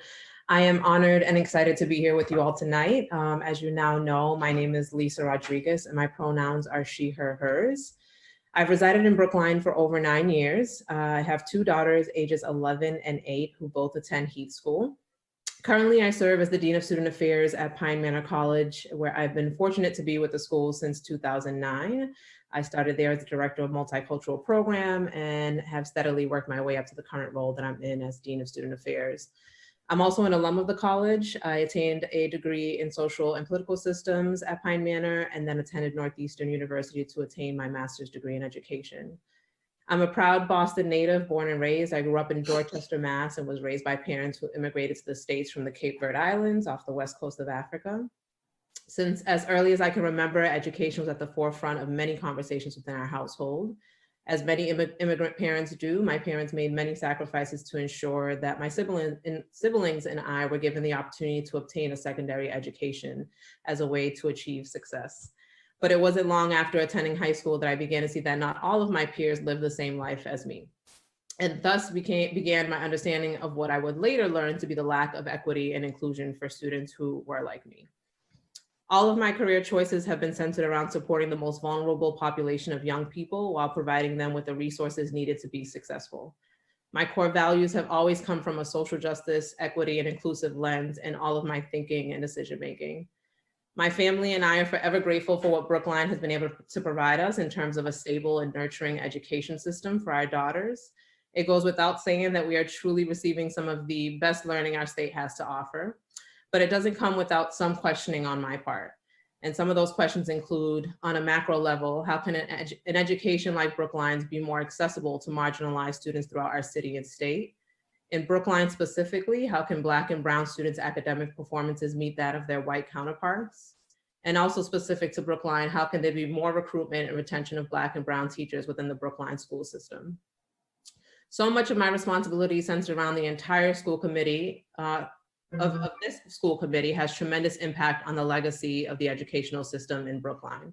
It would be an honor to be a part of a school committee that would be pioneers in what an educational system looks like when it is inclusive, equitable, and supportive of all students. With that being said, representatives of this committee is pivotal as it relates to having all voices of Brookline constituents at the table. As a Black woman with the knowledge and successes I've had within higher education, I believe I would have significant contributions to bring to the school committee. I thank you so much for the time today, and I'm happy to answer any questions you may have. Thank you. So who wants to ask the first question to Ms. Rodriguez? Well, I'll ask a question. My understanding of Pine Manor College is that it's made a real effort to recruit and educate students from low-income families and marginal environments. And I am told by the PR people at Pine Manor College that you've been somewhat successful. I'm not going to judge whether that's true or not, but what is it that you can, how can you use what you may have learned at Pine Manor College in terms of assisting those students through their educational years that can be helpful as a member of the school committee here in Brookline, where we have both students from low-income families, but also middle-class families whose children are not gaining as much out of the school system as they should be. Yeah. So what knowledge, learning can you bring to us? Yeah, I think the biggest thing that speaks to that for me and my experiences at Pine Manor is that although we are predominantly Black and brown students, we're about 84% students of color, first-gen students. We can't name our successes to that population unless we are doing significant changes within the actual structural changes that exist within higher education. And I think a lot of that would relate to the work that's being done within the town of Brookline and within the school committee specifically. Although the demographic is completely different in terms of the student representation and the body of students, we can only be as good as we can be in terms of an educational system once we lessen those gaps for students of color specifically. And so I think that's the areas where I know if we do that work and do it effectively and we continue to close the gaps for students of color, it'll only be vastly beneficial to all students in Brookline specifically. So. Okay. What have you learned at Pine Manor College that can be applied here in Brookline? Yeah, I think a lot of that is centered around, the actual resources and support that we give Black and brown students at Pine Manor. Again, I think they come from all different walks of life. The resources that they need may look different individually, but we're thinking about the intent and impact of the resources that we give our students. So yeah, I think that has a lot to do with it, is centered around resources and the support that we can give them.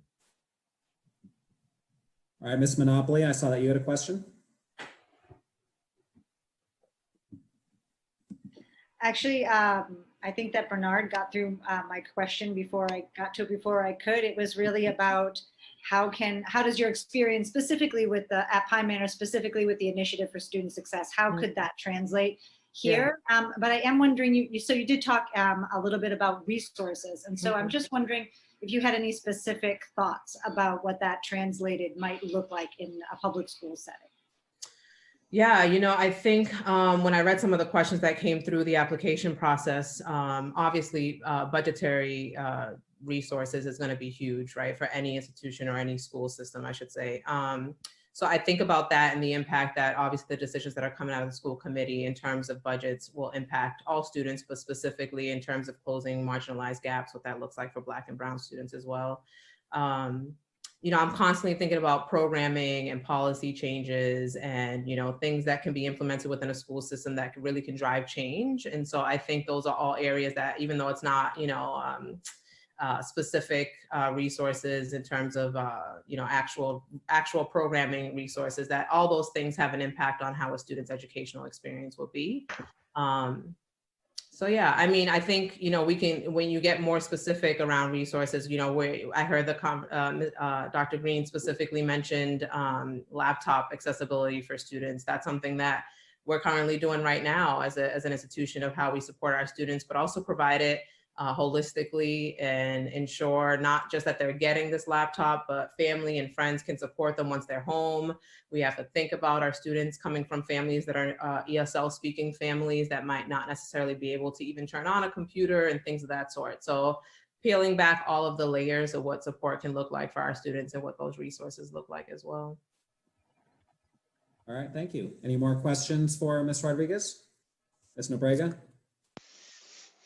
Good evening. Would you mind just sharing a little bit about some of your involvement in the town in other ways? Sure, yeah. I am a big supporter of things that come out of Heath School. So I'm one of those parents that I'm constantly involved within the school system itself. Dr. Sevilius and I do a lot of social justice movements with the school, and I am able to utilize some of the resources that we use at Pine Manor to bring over to the Heath School in that way. I also was a part of the Parent Advisory Committee for Educational Equity with Dr. Warnham. So a big piece of, things centered around diversity and inclusion I tend to be a part of, especially if it's school related or with the district as well. And some of you all might also be familiar with the eminent domain that occurred in 2017 with Pine Manor. So a big piece of that was obviously coordinating that with public meetings and bringing students to those meetings and whatnot. So more on that end as well. Okay, you're stepping on toes now. I won't go any further, I promise. All right, Ms. Wolf-Dipkoff? Yeah, so Thank you. First of all, thank you for being here. I'm curious, as you think about the various supports that students will need, some of it is obviously in the moment, right? Food security, technology access, isolation, lack of adult supports, and all that sort of thing. And I think a lot of those things are sort of front and center for people. But I guess as you also think about the lessons that you've sort of experienced over the course of your time at Pine Manor, I'm wondering if you can sort of share with us what some of the longer term initiatives might be that you think would really benefit the students who are falling through the cracks or who are not getting under-resourced at this point. A lot of it is based on, you said, sort of the twin areas of sort of systemic racism and economic inequity. Just curious how you would think about some longer term recommendations for us, maybe just a little free consulting help, longer term recommendations for us. Yeah, I think just to speak on sort of my experiences a little bit. So the Initiative for Student Success was a big part in the decision making and the implementation of that. And that was very much an initiative where we were thinking more long-term for our students, not those year-to-year support mechanisms, but really proving that the data showed that this model would be effective for our students in particular. I think a lot of the candidates have spoken on a number of different areas that would be helpful in terms of thinking long-term with the school committee in the town of Brookline and the school, the different schools, public schools in Brookline. Specific to teacher recruitment and retention, I think that would be huge in thinking about longevity for the institutions and the schools and what that means for the students specifically. I think, there are a number of different policies that currently exist that I think if we were to really hone in on that, on the intentions of them, but thinking really more about the impact they have on all students and specifically Black and Brown students, that there could be some changes there that if implemented and done effectively, and this is not to the work that you all have done, I'm sure it's been tough decision-making going on. But to think about that in terms of what long-term thinking would be like for our students as well. So around policy changes and whatnot. So yeah, I hope that answers it, Susan. All right, thank you very much. We will now move on to our final candidate, Dr. Sherry Simmons.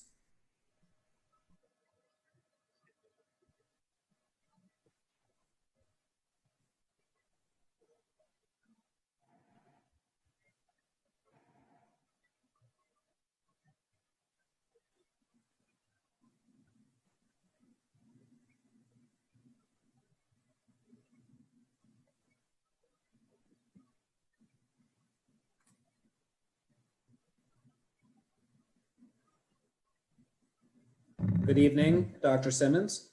Whenever you're Good ready. evening. Good evening. I'll start off by apologizing for my voice. I've got a sore throat, so apologize for sounding a little bit odd.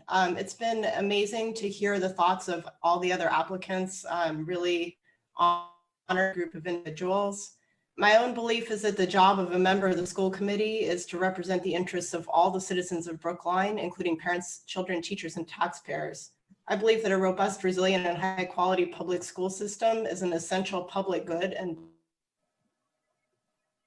benefits all town residents. I'm fortunate to have so strongly engaged community with a fundamental belief in the value of public education. My own daughter loves her school community at Lawrence and has had some really fantastic teachers in her first few years there. She's also benefited greatly from high-quality after-school care, which is absolutely critical for working parents. These strong positive experiences at Lawrence, I think, did not really prepare us for what happened in the spring, where it was clear that there were not universal remote learning standards across the district and even within individual schools. Many families felt shortchanged by this. It's important we can that relates to the learning process that tracks back to time. For me personally, it was a catalyst to begin a learning and listening process to try to understand what is happening in our public schools and explore how I might be able to help. I would bring to the school committee the perspective of a working parent, someone who has experience in STEM education, and also a substantial amount of scientific training and professional expertise relevant to the public health issues we now face. I believe strongly in the values of transparency, inclusivity, and data-driven decision-making. This is an extraordinarily difficult time for our society, and there are many hard decisions ahead. The issue at the front of all of our minds is how to safely reopen our schools for in-person instruction. The community deserves a clear answer into the decision-making process for reopening, which I've not heard clearly articulated in school committee meetings or other communications. I have heard a truly impressive level of work happening to upgrade the ventilation systems in our schools and detailed guidance from the expert panels on health and safety metrics. From my outsider's point of view, there's a lot of really incredible data, but little structure for how this data will drive decisions. I believe the school committee can play a key role here in defining exactly how health and safety metrics will be used to stage reopening. How many classrooms need to pass ventilation thresholds for each grade to return? What is the acceptable level of community transmission that we consider safe for all of our students and teachers? What level of infection and surveillance testing do we need to implement in our schools, and how can this best be executed? I believe this is possible. We've seen in other districts like our neighbor Newton have been able to commit to clear reopening dates for in-person instruction. Private schools in our area have been able to reopen for in-person instruction as well. Transparency, quantitative metrics, and a clear timeline for reopening are critical. I would be honored to work to be a member of the school council and help work with public school Brookline administration to establish and communicate these. I wanted to add one final note from a working parent in the current situation. Private sector employers do now expect a full-time commitment from their remote employees, placing working parents with school-age children in a very difficult situation.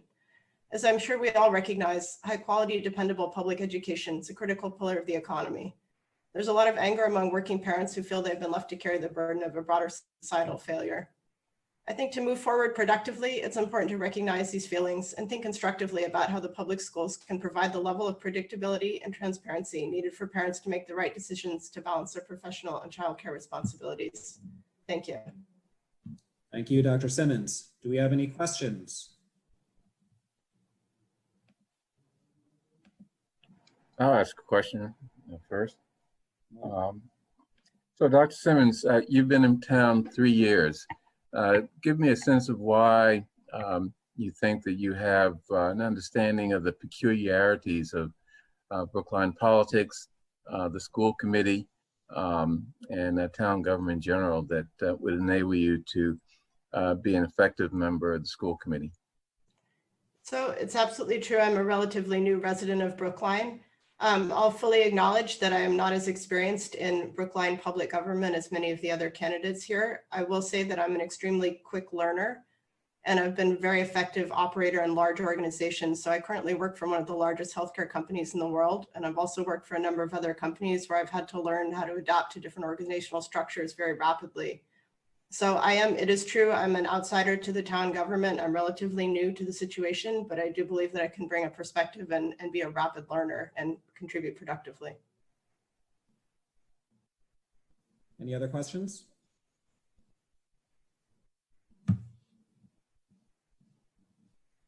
All right, seeing none. Thank you very much, Ms. Simmons. Dr. Simmons, excuse me. And on that note, in terms of the doctor and the Mr. and Mrs., I want to apologize to Dr. Liu and to Dr. Fernandez. We just want to keep everything in track. Okay. We have bigger problems than that in this town.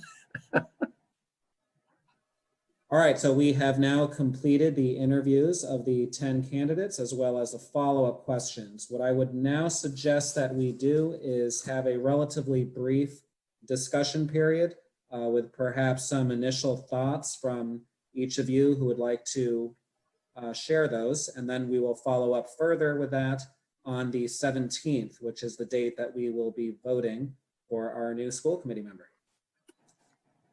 Would someone like to start? David, can I ask just a process question before we begin? Sure. Sure. By what means are we going to get between now until the 17th from 10 down to 1? And what is such a voting process look like? I'm not familiar with the last time this happened and how many people exactly were interviewed for positions, but how do you envision that happening? For the last time around, we had 14 applicants, and the statute requires that the winning applicant have a majority of the votes. So that means that we would need 8, because there's 14 of us in total. So somebody's gonna have to get to 8 votes. So one of the reasons why I think it would be helpful to have a discussion about the candidates is I think we might quickly get a sense of who the leading contenders are, and that'll help us figure out who could get to a majority. Maybe there are some of us who feel that some candidates are somewhat even. So if they hear that other people favor candidate A and candidate A was their second choice, then maybe they would support candidate A. So I think that's why it could be useful for each of us to opine on our initial impressions and then to further refine that conversation on the 17th prior to convening the vote based on the discussion, based on further review of the application materials. Great. Thanks, David. Dr. Liu? Quick follow-up to that. I think you said there were 14 of us. I believe there are 13, right? So 7 is needed? Correct, yes, 13 of us. So we will need 7. Okay.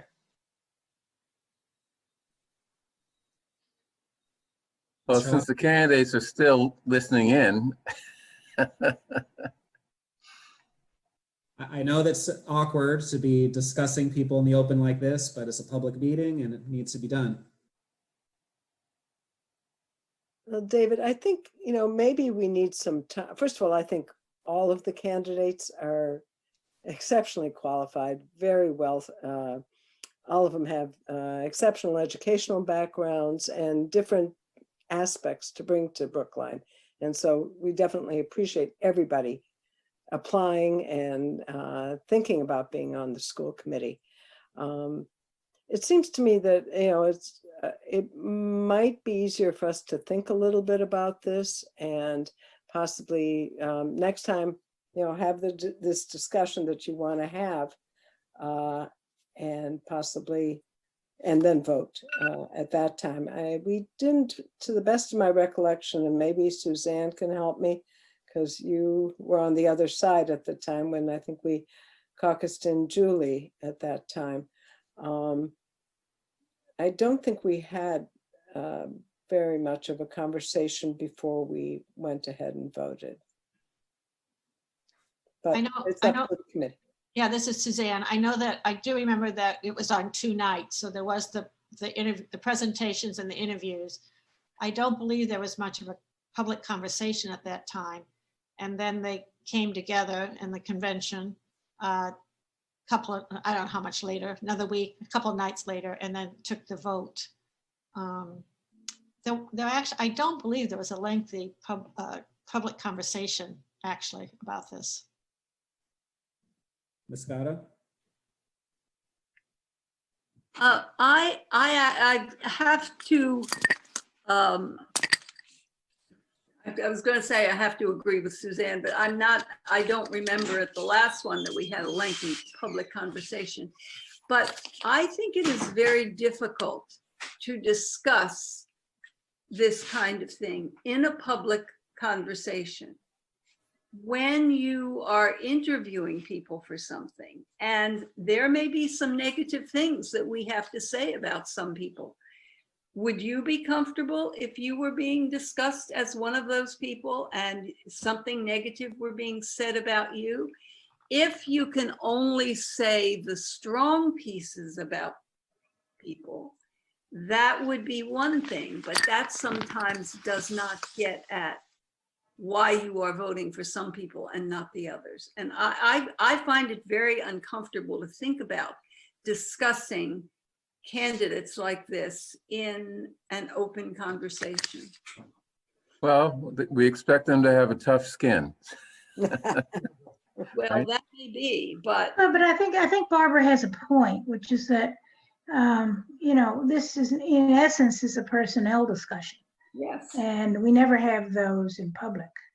At least the select board doesn't. And I doubt the school committee does either.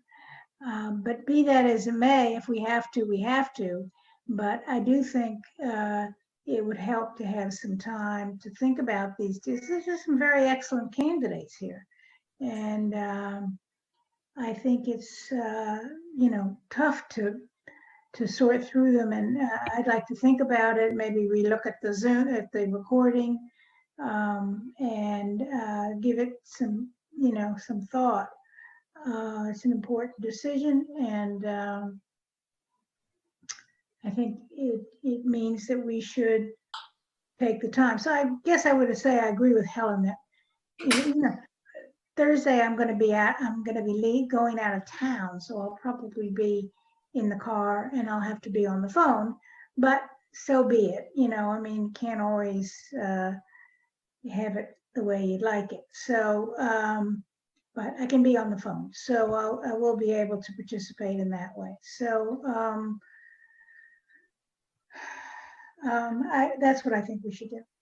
So it's not so much that I'm thinking we should each go around and say, I like person A, I don't really like person E, I think person C should receive top consideration, but more, what are the attributes that we're looking for? What were some of the types of responses that we like? And that can sort of help inform opinions as well. Ms. Wolf-Dickoff?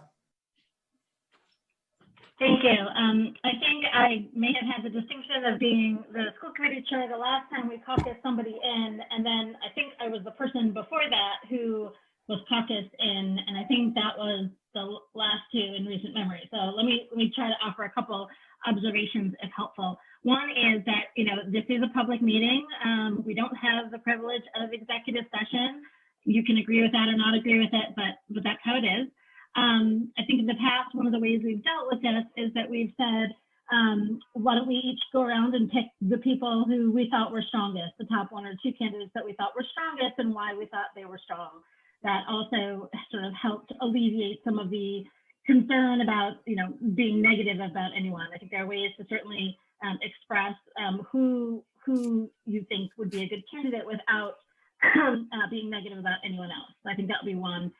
My second thought, just on the voting, we ended up doing multiple ballots because I think even though on the first round or two, there wasn't necessarily consensus, actually some of them took 3 ballots. I think by the end, everyone wanted to vote it one more time to have a unanimous vote. So we've done 2 and 3 ballots in the past, so that might be helpful.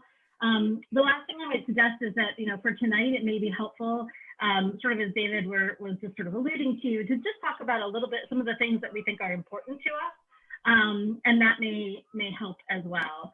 I'm happy to do that. I think for me, I'll just name 2, these are not the only 2, but I'll name 2, one of which is that, when I was chair a few years ago, we had 3 people of color on the school committee, and we now have 1 person who identifies as a person of color, potentially 2, depending on how you count.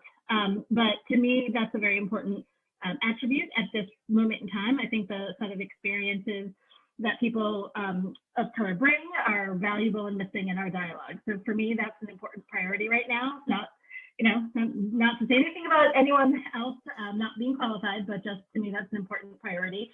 And the second priority for me is experience, some level of experience in town and with Brookline. I think the school committee is not exactly an entry-level job. It's not a learn-on-the-job sort of job. And I do believe that there are really, really outstanding ways to get involved in important, meaningful ways in the school's decision-making process as part of the task force on remote learning or many, many other ways to get some of that experience. But I do think it's important that someone arrives sort of day one ready to go. So those are just two. I've got more, but I'll stop there. And I think perhaps if we can just talk a little bit about the kinds of things that are important to us, that might help us sort of get to start the conversation on Thursday, maybe a little bit ahead. Ms. Nobrega? Thanks. So, so I agree with Susan about the type of diversity that we want to see on the committee itself. I'd also like to see people with a specific lens of equity and inclusion, and also someone or people with background in educational technology. So I think there's several candidates who meet multiple of those dimensions. And those are my sort of my three strong areas that I'm interested in seeing. All right, Mr. VanScoyoc? And I will second what Susan said and what Mariah said, but I'll add one other thing, which I'm not sure I heard either mention. I apologize if they did mention it. And that is to be a stakeholder in terms of experiencing the system firsthand through having a child or children in the system currently. I don't think that requirement is absolute for every school committee member. I do feel in the current situation, it would be an extremely valuable element to bring to the table and to bring to all of the discussions and considerations of the school committee on whatever issue, is to be feeling it in your daily life through experiencing it through the education of your own child or children. In addition to many of the considerations that have already been mentioned, one that I would add is balance in terms of professional expertise. I like to see that we sort of have all our bases covered in terms of different areas. Do we have educator voices? Do we have attorney voices? Do we have health professional voices? Do we have financial voices? So that's a consideration for me. I'm always looking at what's the balance, the overall makeup for the committee. Anyone else? I would add that we also want to make sure that the person we select is going to work well in the sandbox. You know, they will work with this current school committee in a way that is both cooperative, but also you know, challenging by pushing people to think you know, beyond where they are right now. So. And productive. Right, and productive, right. I would agree with that. Ms. Hamilton? I think we absolutely owe it to the public and these candidates to talk about this openly and not do it either behind closed doors or, you know, come up with a decision and then just present it. It is not the same thing as a personnel decision. This is somebody who will probably face election in May, and this is part of a public process. That's why we're doing it in open session. The three candidates for me that stood out are Rachel Wexler, Joseph Riley, and Lisa Rodriguez, mostly for a lot of the themes that some of you have identified. They talked very coherently about some of the recent challenges. I was very impressed that Joseph Riley brought up the female Black administrators that have recently left. It showed that he is genuinely interested, he's paying attention, and he identified something that we really should reflect on and try to do better. So that's where I stand. All right. Ms. Charlowski? Yes. So I agree with most of what's been said, especially with what Bernard was saying. The one thing that I would add is the experience of being a board member. because it's very different than other experiences in life. And working well in the sandbox is one of the big pieces, but also understanding what it means to be a board member, and having had that experience, to me, is an important piece. Anyone else? Ms. Scotto? One of the things I would say that I was impressed, or one of the people I would say that I was impressed with, is Dimitri Anselm, in part because he started his career at Brookline High School, teaching in this system. So he has a sense of it that is different from many of these other people. It's one thing to have your children in the system. You see through one lens. But to work as a teacher in the system, you see through a different lens. And so I think that that's a reason that we should be considering him. He also then moved over to Facing History and Ourselves, which is an organization that we, for a long time, have used and have felt strongly about in Brookline. So I think he was, and he is a person of color, and I think would be a very good choice. I also very much like, there's so many names here, I have to see, Lisa Rodriguez, because clearly she is involved in many of the same issues that we try to make sure are taking place in our schools, trying to deal with them in our schools. So I think that the two of those, for me, are the people at the top of the pile. I also thought that Dr. Riley might be a very good choice because he seemed to have a very good knowledge of the schools. And I think we need to think about the mix of people on the committee. And he is someone who is willing to do negotiations. I know Andy is willing to do negotiations, but to find someone who feels that that is an area that they would be strong in, to me, is a big plus. And, so I think he is another potential person. I'll add my 2 cents. I like Dr. Anselm. I thought his responses to the questions were thoughtful, informative, and he has a background that I think could be useful on the school committee.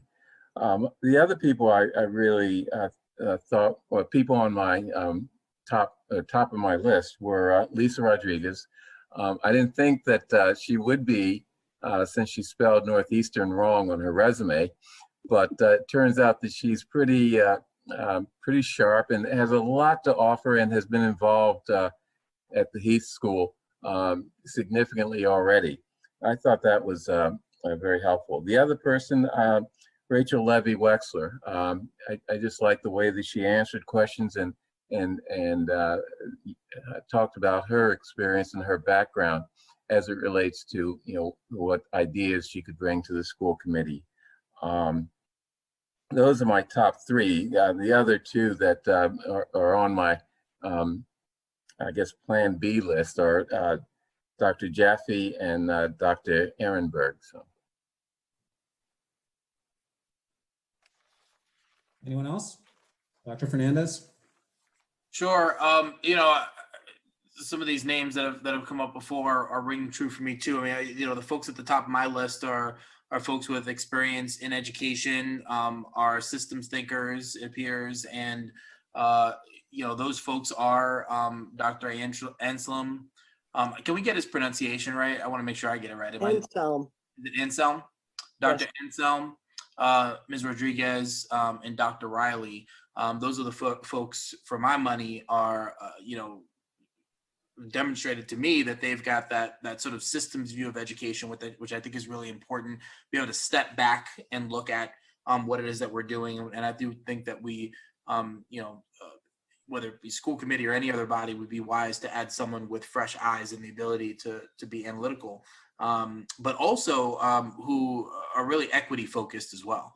And that I heard that in each of their presentations and in the sort of cross as well. And I just think that's going to be absolutely critical moving forward, particularly in the context we're in, is an eye toward equity. And if we can add someone to this current body that helps with that, I think that would be meaningful. So that's where my head's at right now. Having just sort of listened to everyone one after the other, I do want to point out that currently, as far as I know, the school committee doesn't have a woman of color, and adding Ms. Rodriguez would also add a woman of color to the school committee, which is always something that we have to think about too. Anyone else? Ms. Nobrega? So I think that like many of the others, I very much enjoyed hearing from and reflecting on what they could add. Dr. Anselm, Dr. Ehrenberg, Dr. Riley, and Ms. Rodriguez. Those were my top 4. All right, I guess I haven't had a turn, so I'll go. I felt like it's really a tough choice because there's so many great candidates. We have to pare it down. So I would focus on Dr. Anselm as well. I think he brings unique multicultural background and experiences to the committee. And I think he also has had direct experience as a teacher in our schools. And I think that also adds to his credentials. And Facing History is definitely one of my favorite programs, and I'm sure that and very, very, very well regarded. So I think, for those reasons, I would support his candidacy. I also like Lisa Rodriguez very much. I thought she was very, well spoken and understands. She's involved in her children's school, but she's also a teacher herself of children. We didn't focus on the ages, but that's not so important. And she also brings a diversity background, which is important. I liked Rachel Levy-Wexler. I think she has a very good understanding of the schools, having been a board member at the Brookline Community Foundation and also on the Heath PTO. I think she also has been obviously deeply involved in educational issues. Dr. Riley, I think, would be on my list, although because of his hasn't had as much experience in Brookline as I would like to see. I think that is important to understand Brookline and to understand the committee and to work with other people on the committee. So, and to work with the community. So those are my, and I like Dr. Jaffe as well. So it was really hard to choose, but that's what I'm thinking. Anybody else? Dr. Liu? I may be the only person who hasn't said anything so far. Yeah, these are really impressive candidates. I'm seriously tempted to resign so that more than one of them can be appointed. But like several others, I am very impressed with Mr. Anselm. I think for the same reasons that others have already mentioned, the range of positions he's held in education. I mean, everything from social studies teacher to university trustee. I think that would be incredibly valuable to have, and the global outlook as well, the languages he speaks. I'm just going to add on Mr. Anselm. He's also a phenomenal teacher. He was my 9th grade social studies teacher. I remember studies that year. So look how you turned out. In terms of the candidates that I most support is quite similar to many of the rest of you.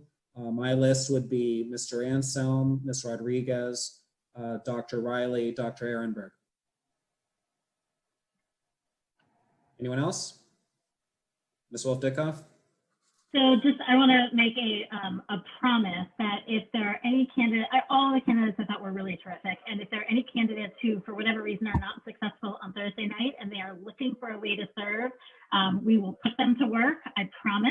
We have plenty of work to do on the remote learning task force. The panels are cranking away, putting in incredible time, making incredible contributions around professional development for educators, around health and wellness, around educational equity, around health and safety. And so jump in, the water's warm, and we look forward to seeing all 10 of them engaged next week, as well as in addition to the one who is successful.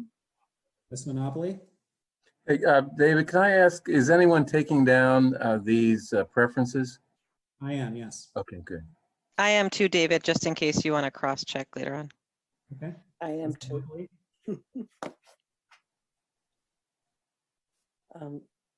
Okay. Is that all right now, David? Yes, go ahead. Okay. I want to thank everybody who has applied. There are quite a number of very qualified candidates. I think it's a nice pool of candidates for a short-term position. Well, considering it's not 3 years, it's till May. It was interesting to hear from folks about who might consider running again in May. So I want to thank everyone for being part of that. I really do feel like I have lots of notes written down on all the resumes. I'm a paper person and I printed them out and I will recycle them when I'm done. But I think that I really need time to process what I've heard and go back and look at resumes. I'm not ready to put names out there. I mean, I do have thoughts of my own, but I really do need to, I'm a person who needs to sleep on things. I need to think about things. I need to let them percolate. And give my mind time to think about lots of angles. So I just wanted to put in to add my voice.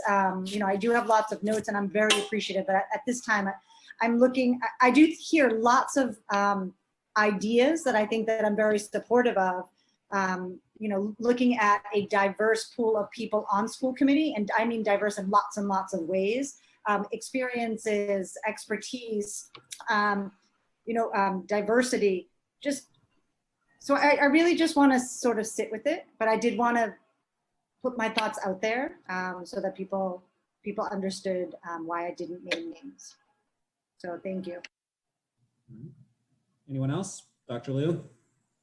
Yeah, if I could make one comment for the candidates who might still be listening. There was a question I wanted to ask, but I didn't want to ask it of everybody and take up so much time, which was like, do you know what you're getting into and do you have the time for this? Do you have the time for this? I'm serious.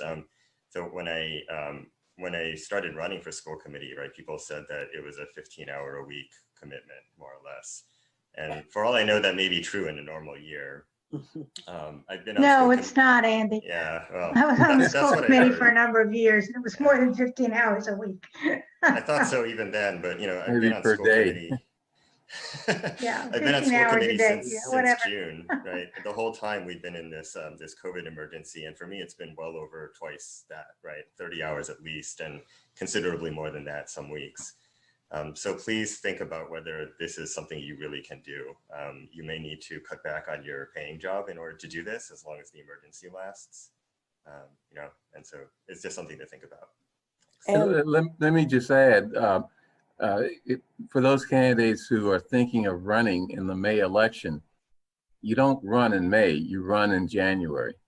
And just be aware that that's not an easy job starting in January along with your duties as a school committee member. Along with the time commitment, people should also know that there's no pay to this job. The only glory is getting slammed on Facebook. But it is very rewarding. I mean, there is the positive side. It is very rewarding. Yeah, I will agree with that. I once served on a school board in Ohio, and while it was it was very difficult, it was incredibly rewarding. especially when you see what the impact of what you as a school board member or school committee member do impact on the students in positive ways. So. Ms. Feders, would you like to opine? Yeah, well, I'd like to say that I think it is rewarding. It really gives you a chance to connect with so many people. You meet so many new people in town. You're really, it's a great group of people, even when we disagree, it's okay. And so it is a lot of work, but I do actually encourage people to think about it seriously, because you do feel like you're giving back even in all the challenging times. So yeah, that's what I'd like to say. I am not weighing in. I'm like Jennifer. I'm going to take a look at everybody. I took a lot of notes. I do think concerns about equity and how we bring that to our schools on a day-to-day basis is an important criteria for me. And just having a wide diversity of opinions and experiences that come to school committee is very important to me. But I will weigh in more on Thursday. So I just want to let you know that. All right, so I think that concludes our business for this evening. We will reconvene again on the 17th, where we'll have opportunity for further discussion as well as roll call votes. Any final thoughts from anyone? No? All right, well, thank you very much, members of the select board, for joining us. Those of us on school. Thank you.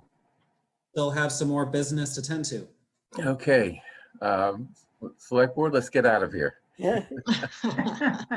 You're welcome to stay. I know you're looking for another meeting. Yeah. And by the way, David, thanks for running the meeting as well as you did. You're very welcome. It went smoother than I thought it would. So. I agree. All right. I second that. Good night. Good night. So we're staying on, right? We are staying on. We have. No, I'm not trying to stay on. I pushed leave about 5 times. I don't know how. Maybe I'll just mute myself, and I can't even do that. I don't know what the matter is stuck here. with us, Nancy. She's gone. There you go. Okay, welcome again, school committee. We are going to move in. So we have on the public side, we have some of the policies. I believe there are 3 policies, David, that you're bringing forward for a second reading and possible vote. And then just new business quickly, and then we go into an executive session. So that's what's left for tonight. David, thank you again for doing a great job and having us on time. I think you're 2 minutes ahead of schedule. That's great. You're welcome. You want to do your policies? Which ones are we voting on tonight? So ideally, we're going to be voting on the general pandemic policy, the remote learning policy, and the face coverings policy.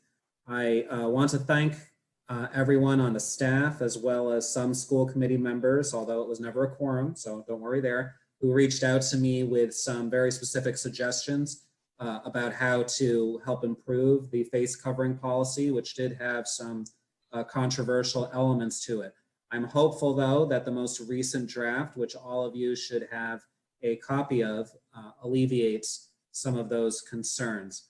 So perhaps because that one was the most controversial, we could start there. Does anyone have some additional thoughts on the most recent version of the face mask policy, which I believe is titled version 5?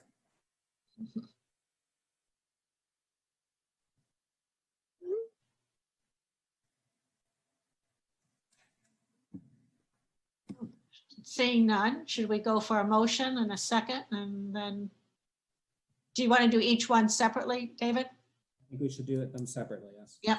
Do we have a motion on the policy on face mask version 5? Is it possible to just have 1 more minute? Sure. Sure. I'm just checking for the most recent changes after our exhaustive conversations.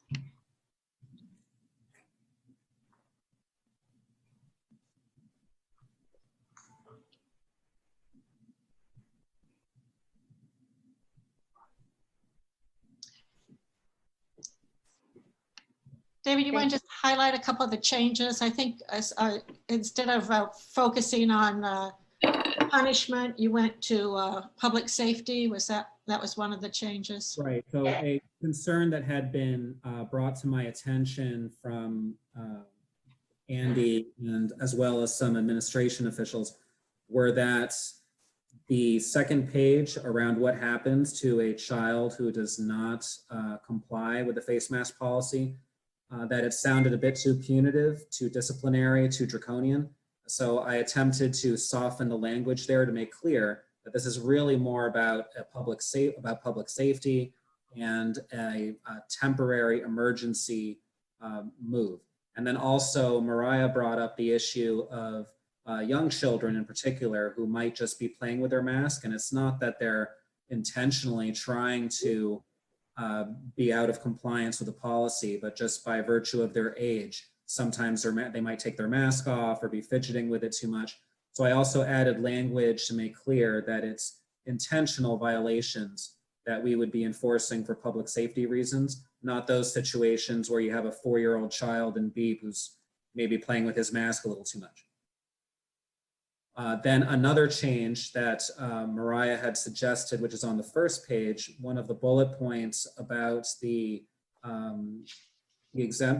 eating and drinking, how masks can be removed for eating and drinking. Mariah suggested that we add in a stationary position or something to that effect so that we don't have people roaming the hallways with their face coverings off while they're drinking or snacking on something. So for those reasons, I added while seated.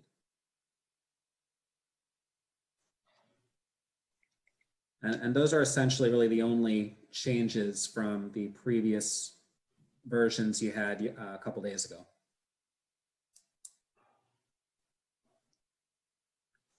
Jim, go ahead. I just want to make comment that I think the changes are very appropriate. It makes the application of the policy consistent with the spirit of what we're trying to accomplish, because in the end of that policy, you in fact do give the clear direction that if the person is willfully not participating, not complying, then stricter consequences are in order. But that's after the progressive discipline of it's an educational issue. And then if we're not making any progress, we can implement the more strict ones. So I think that was the changes are very much appreciated in terms of implementation. So thank you. Oh, I'd also like to add that another change that was made reflects a comment that Barbara had made at the last meeting about the mask breaks outdoors and at whose direction. So Mariah came up with some wording that it would be at the discretion of PSB staff. So that makes clear how that exception would come about. Andy? Yeah, I noticed that Mariah had a comment about that bullet point that we need to make it clear that it's not the activities that are at discretion, but the decision. I wonder if we could solve that just by having a comma before the phrase "at the discretion of PSB educators or staff." I'm certainly fine with that, so we can add a comma there. Very minor point, but there was a comment. Okay. Do I have a motion to accept the move, to vote on the policy, face mask? Andy? I'll move. Sure, a second. Do I have a second? Mariah, with your helper. That's good. Any other discussion before we vote? Jennifer? Yes, and David, I just wanted to see if the information that we got from our pre-K through 12 wellness coordinator was incorporated in this. We specifically around our discussion of the certain outdoor activities in PE classes. I think if I understood the document correctly, there can be no indoor wearing during, no times indoors during PE where masks can be taken off. And I think outside they have to be greater than a certain distance in order to take them off. Do you remember? I could probably find the email. I just want to make sure that it's incorporated because it came from staff and it made sense at the time. Do you remember what I'm talking about? I do, and I think that's consistent with the language we have at the discretion of PSB staff. So PSB staff will know the details about what that outdoor distance would be, and then they would act accordingly. Okay, because I think it's like 10 feet of distance outdoors. I see Trisha, Ms. Laham nodding her head. I think they have to be, in order to take your mask off outside, you have to be 10 feet or greater from each other. So I suspect that these circumstances will be few and far between, and I just want people to sort of have a general understanding that will be an exception more than a rule. Okay. That 10 feet is for during physical education, not just any time outdoors, right? Yes. I thought it was for music too. It's like music and gym, right? Yeah. Yeah, chorus if you're going to be singing, yes, 10 feet without a mask. Any other comments, questions? Can I ask? Oh, I'm sorry. Go ahead, Can I ask, I'm just verifying that the committee feels comfortable with the language regarding eating indoors with the masks off, if we put in the language about being seated specifically. I've gotten some questions and feedback from community members with concerns, and so I just wanted to highlight that piece, that we think that this is appropriate. I'm not clear on what you're saying, Jennifer. That it's okay to eat indoors with masks off. I think there's some concern, and so I'm wondering if we can speak to that a little bit to confirm why we believe that the policy allows that. Eating indoors with masks off. So speaking for myself, I think the reason that we need to do that is this policy is intended to cover the schools throughout the duration of the pandemic, not just for the fall when we have good weather. So there are going to be times where it's raining hard, or it's snowing, or it's way too cold. And the idea that we would force all of our students outdoors in order to eat or drink, even in inclement weather, I just think is going to be untenable and is not realistic. Also, even in good weather, I think we run the risk of overcrowding if everybody has to be outdoors in the same general space to eat. I think that as part of the protocols that the superintendent, sorry, Jim, is going to have to propound around exactly how the staggered breaks occur and how the eating and drinking occur, that those can delineate some extra safety measures for how we mitigate those risks for the indoor consumption of lunch. So one example that comes to mind is perhaps students could sit, all of them, of course, with a 6 feet separation, but maybe be positioned back to back so that if they're not facing each other, that further would mitigate the risk. So there might be a way to seat students in such a fashion. So I think there are ways that we can make it relatively safe. Trish, remind me what the expert panel said about this, because my sense was they thought that this would be fine for the kids to be able to eat in the classroom. If the teacher felt somewhat, sorry about that, guys. If the teacher felt that there was some sort of issue to maybe wear a mask to protect themselves, I think that was. Right. So the expert panel would say, or have said on several occasions, that it's the combination of all of our mitigating factors that work together, and a few minutes of a mask off is not increasing your risk. You're still having a 6 foot of distance between everybody. Some times we might be able to go outside, but if you can't go outside, they felt, yes, we can sit at our desk 6 feet apart.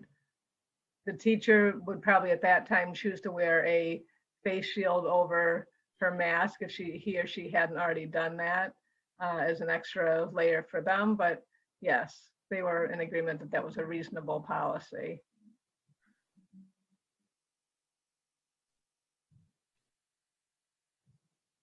Okay, seeing no other comments or questions, we'll take the vote.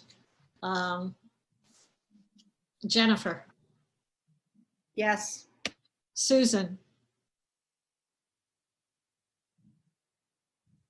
I'll come back to Susan. Andy? Yes. Helen, Yes.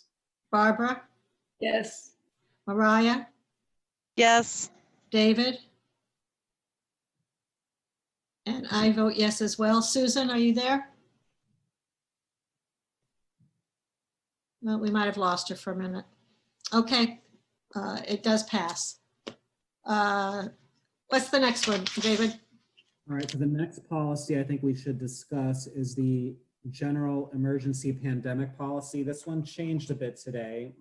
Some edits that Mariah made that were very helpful. Many of them were around some of the wordiness. There was a lot of repetition in the MASC version that I was working off of initially.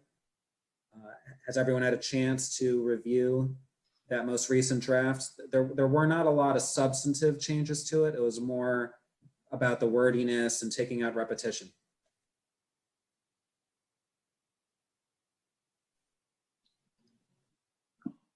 And this was a policy that we did not discuss a whole lot on the last couple of occasions, I think, because there was a general agreement around it.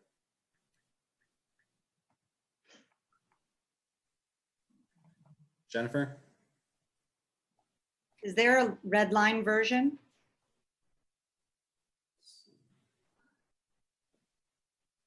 Mariah, do you have the red line version?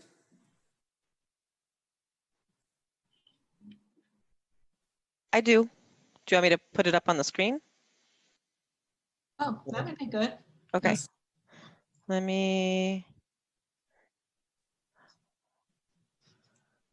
Bear with me while I figure out what I'm doing.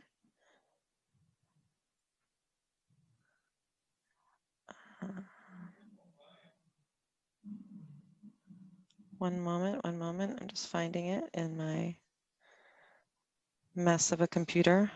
While Mariah's, if the chair and vice chair will permit me, while Mariah's searching, I would like to thank our staff members who are here with us at the late hour of 9:52 again.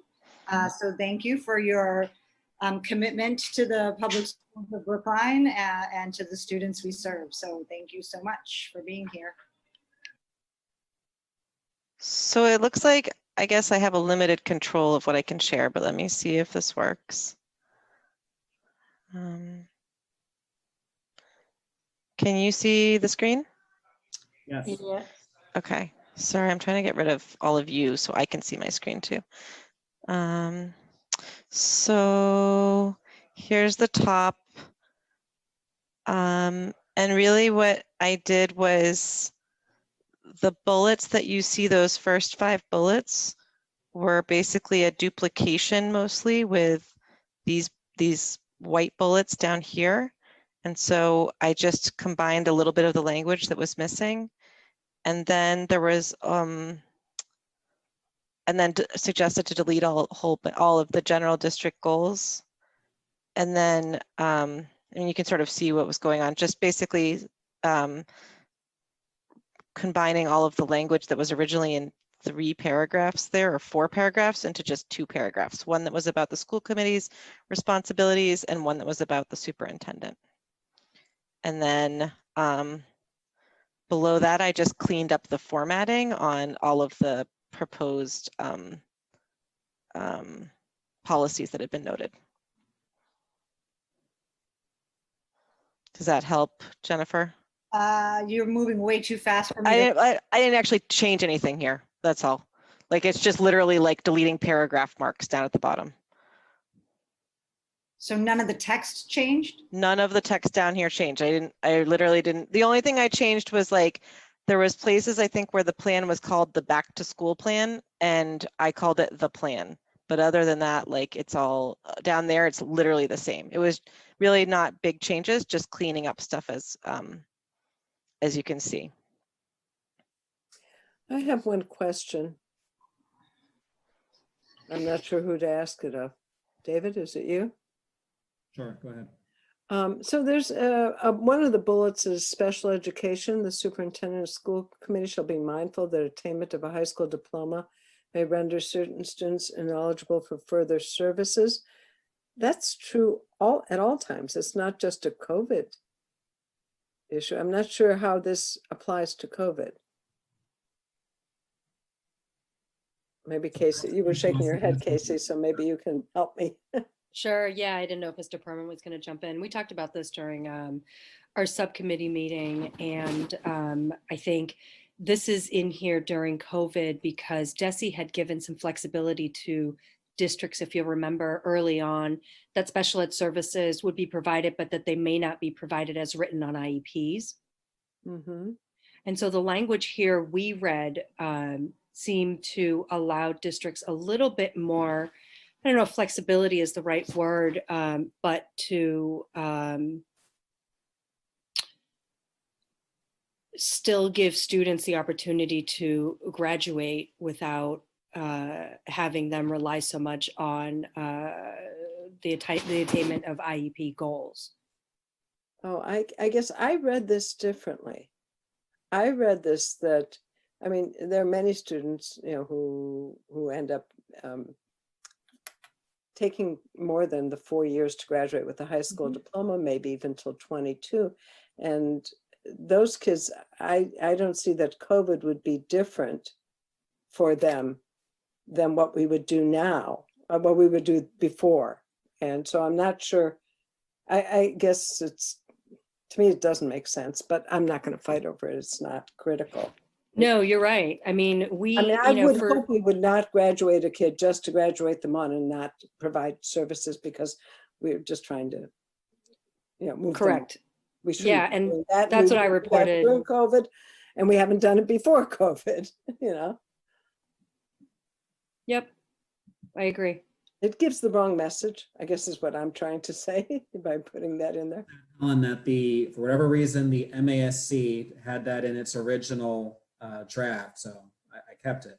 Well, there may be districts that, you know, try and do that, and that's why they put it in there. I don't know.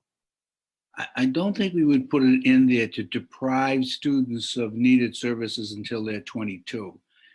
Casey, is it to give a little latitude around satisfying the conditions of the IEP, but the student has demonstrated competency?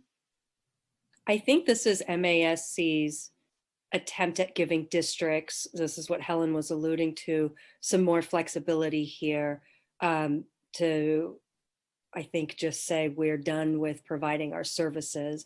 But as I reported to the committee in my 3 years in this position, if a student isn't ready, we don't graduate them.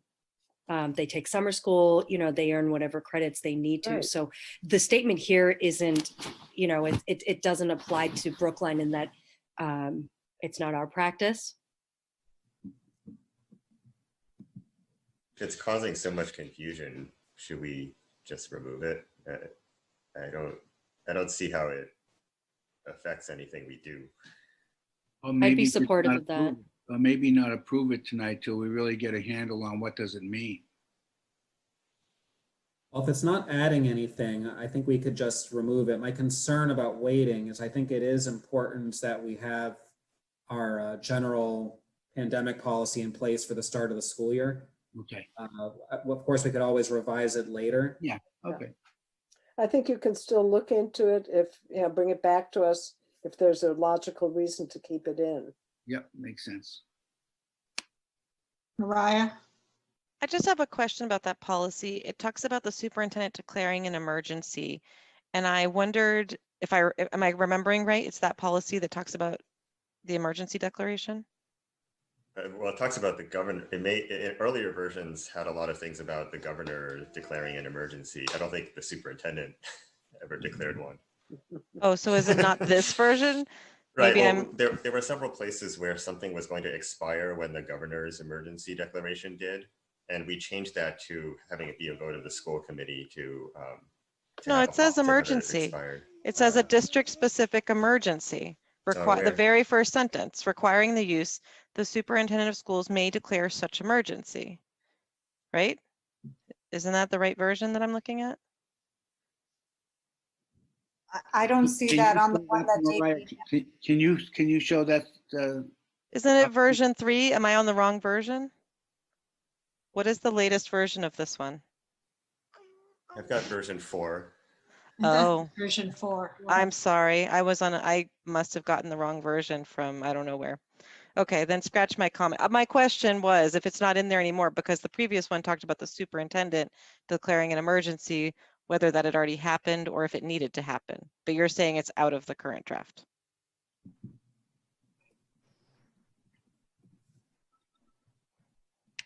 It was the very first line in version 3.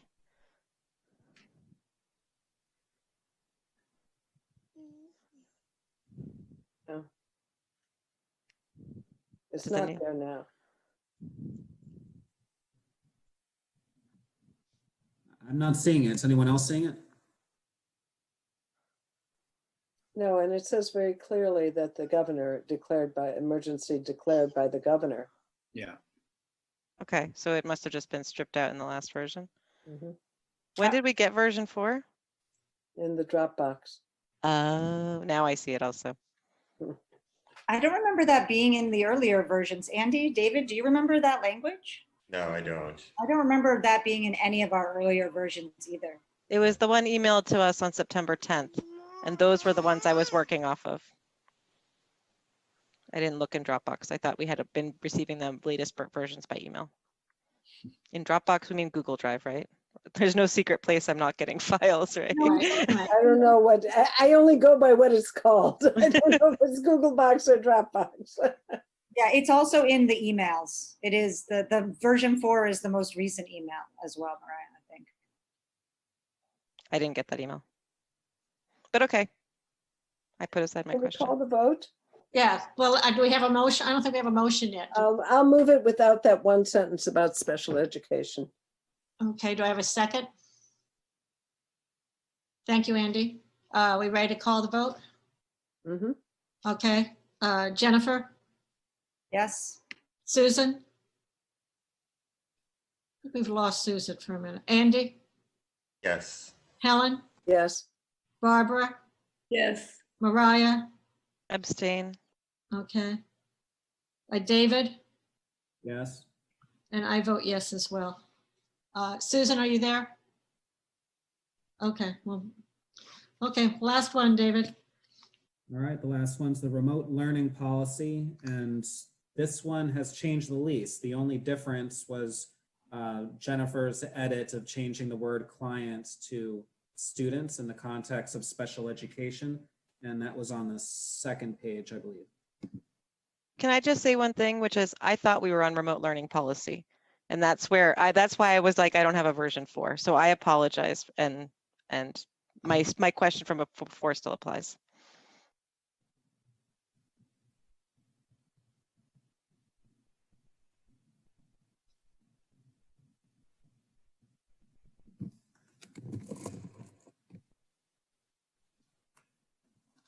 So the MASC version had it written that the superintendent of schools may declare such emergency, but needs to obtain the approval of the school committee. Is that something that we feel we should change? Or even just my question is, have we already declared such an emergency? And if not, do we still need to, does Jim still need to before Wednesday? Well, I look at policy not just to apply to the present circumstance, but what might arise in the future. So I don't think it makes a difference one way or the other of what was already done before. This is prospective. When we implement a policy, it should apply in general. So I think the question is, moving forward, would we want the superintendent to have that power subject to him or her then coming to us for our approval?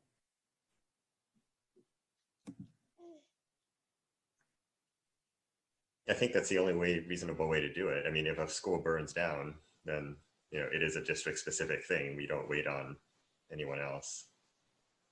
Right, I agree with Andy. I think there are situations that would arise where school committee can't meet right away in the moment during the emergency, but the superintendent could make a decision. And that's not my question. My question is, does Jim actually need to declare something before Wednesday? Or was it already declared in the past? Are we already in a PSB emergency, not a state emergency? Are we in a PSB emergency because this policy now says that remote learning happens once an emergency has been declared by the superintendent?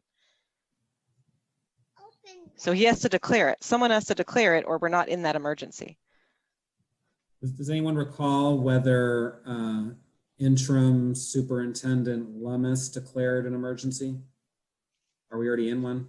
Mary Ellen's shaking her head. I don't recall. Did not declare an emergency. The governor declared the state of emergency, and every once in a while, the town administrator would establish a state of emergency, typically around weather events. Okay. In your experience, Mary Ellen, do you think that this authority is necessary? So this is coming straight from the MASC version, this initial sentence.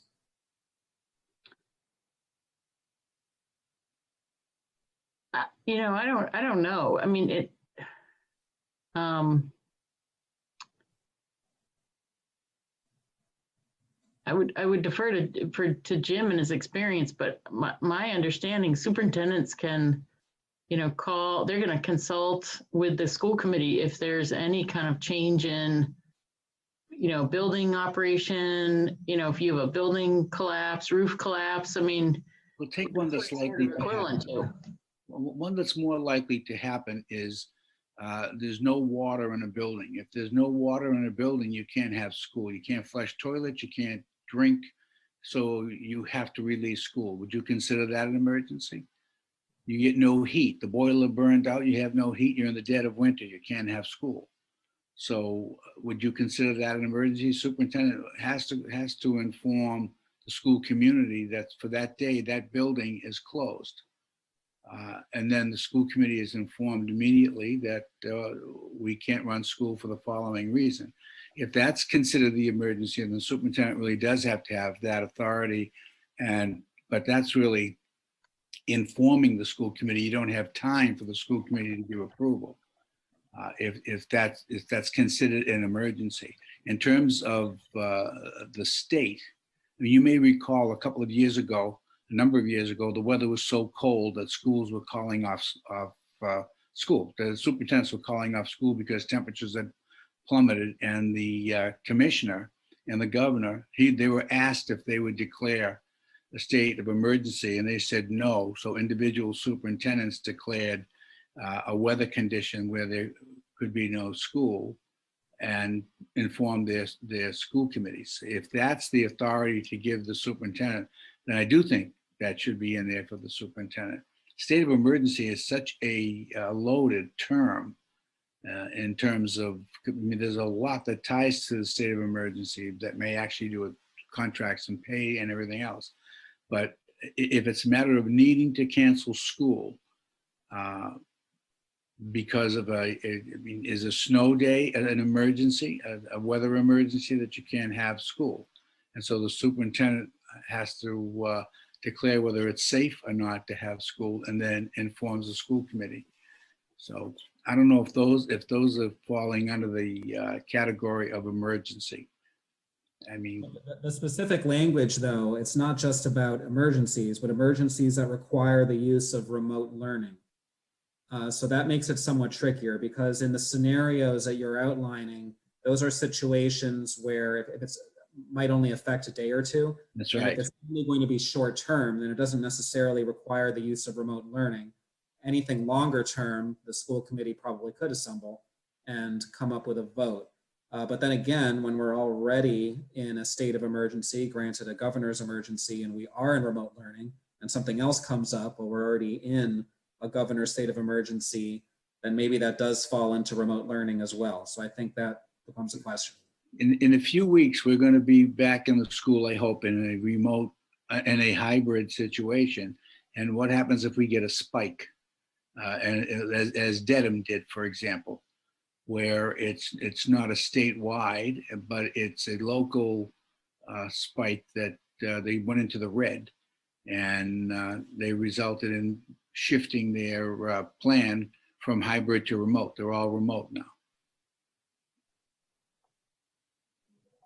I personally would like to think that we would have, as a committee, enough faith in our superintendent and any superintendent to trust that the declaration of an emergency would be appropriate, and that he or she really would ask for us to approve of that decision shortly thereafter. So I'm not particularly worried by this language. Yeah, I guess I'm not either.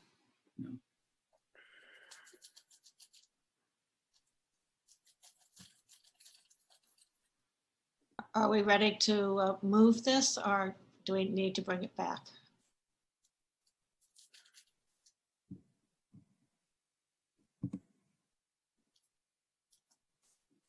Well, is there a motion?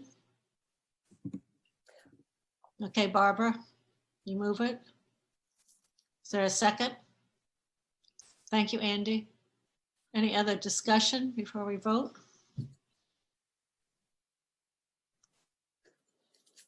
Seeing none, we'll go ahead and vote. Helen? Yes. Andy? Yes. Barbara? Yes. Mariah? Mariah? Yes. David? Yes. Jennifer? Yes. Susan? Absent. And I vote yes as well. Okay, thank you. Thank you, David, for those. We're now ready for new business. Jim, is there any, we didn't really have place on this for update. Is there just anything you want to tell us of the community before we go into executive session? Anything you publicly want to let us know? Well, the only thing I would say is Wednesday is rapidly approaching. I was in all of the buildings today. I met with all the principals save one. And they have been working round the clock, and they all report that they're looking forward to Wednesday. It was remarkable in some of the buildings today in terms of parents lined up with their children to get the Chromebooks and supplies and all. And that was heartening to see that, quite frankly. And we're working very hard with the remote academy to get that fully staffed. We're ready to go for the week, but in terms of being fully staffed, we have a few more positions that we need to fill out. And then once we open on Wednesday and things are running, we're going to turn all of our attention. All of us are going to turn all of our attention to planning the hybrid. And so you'll hear more about that, but we continue. Wednesday is a benchmark. It is a milestone. It is not a destination point. It's just where we are to get the preschool, kindergarten, and those vulnerable populations in. And it's all coming together. And Matt and his team are working as well. And they'll be really working tomorrow to get all the stickers up and to have all the rooms checked that need to be checked. And he's receiving word from the principals and from some staff as well. And we're all geared up and ready for Wednesday. But from my perspective, once we get to Wednesday, we'll fill out that week, and then we need to turn our energy onto what the hybrid looks like. Thank you. I just want to publicly thank the parents and community people who were working over the weekend. I was at Driscoll and then at Lawrence. I know there were people at Runkle. There were people who have just moved to town and the children are coming to our schools for the first time. We're in the buildings helping us figure out the airflow exchange and putting things in spreadsheets, and really was a community effort. So thank you to everyone who participated that in any way. It's much appreciated. And Matt's really doing the job, so that's great. And I imagine Charlie as well. So thank you for that, and thank you, Jim. We are going to go into executive session. So I would like to move that we meet in executive session pursuant to Massachusetts General Laws, Chapter 30A, Section 21A, for the following purpose. Purpose 3, to discuss strategy with respect to collective bargaining with the Brookline Educators Union. If an open meeting may have a detrimental effect on the bargaining or litigating position of the public body and the chair, I so declare. And we will, Suzanne, can you just identify the units? yes, units A, unit B, and paraprofessionals. Thank you, Robin. And I so declare, and we will not be coming back to open session when we are finished with the executive session. Do I have a second to the motion? Thank you, David. And we'll do a roll call. Jennifer? Yes. Susan? Yes. Andy? Yes. Helen? Yes. Barbara? Yes. Mariah? Yes. David? Yes. And I vote yes as well. So Robin, we need to leave here, right, and go into the executive session link? That's correct. Okay, I will see everyone on the other side. Thank you to Tricia and to Casey for staying with us so long, and Mary Ellen.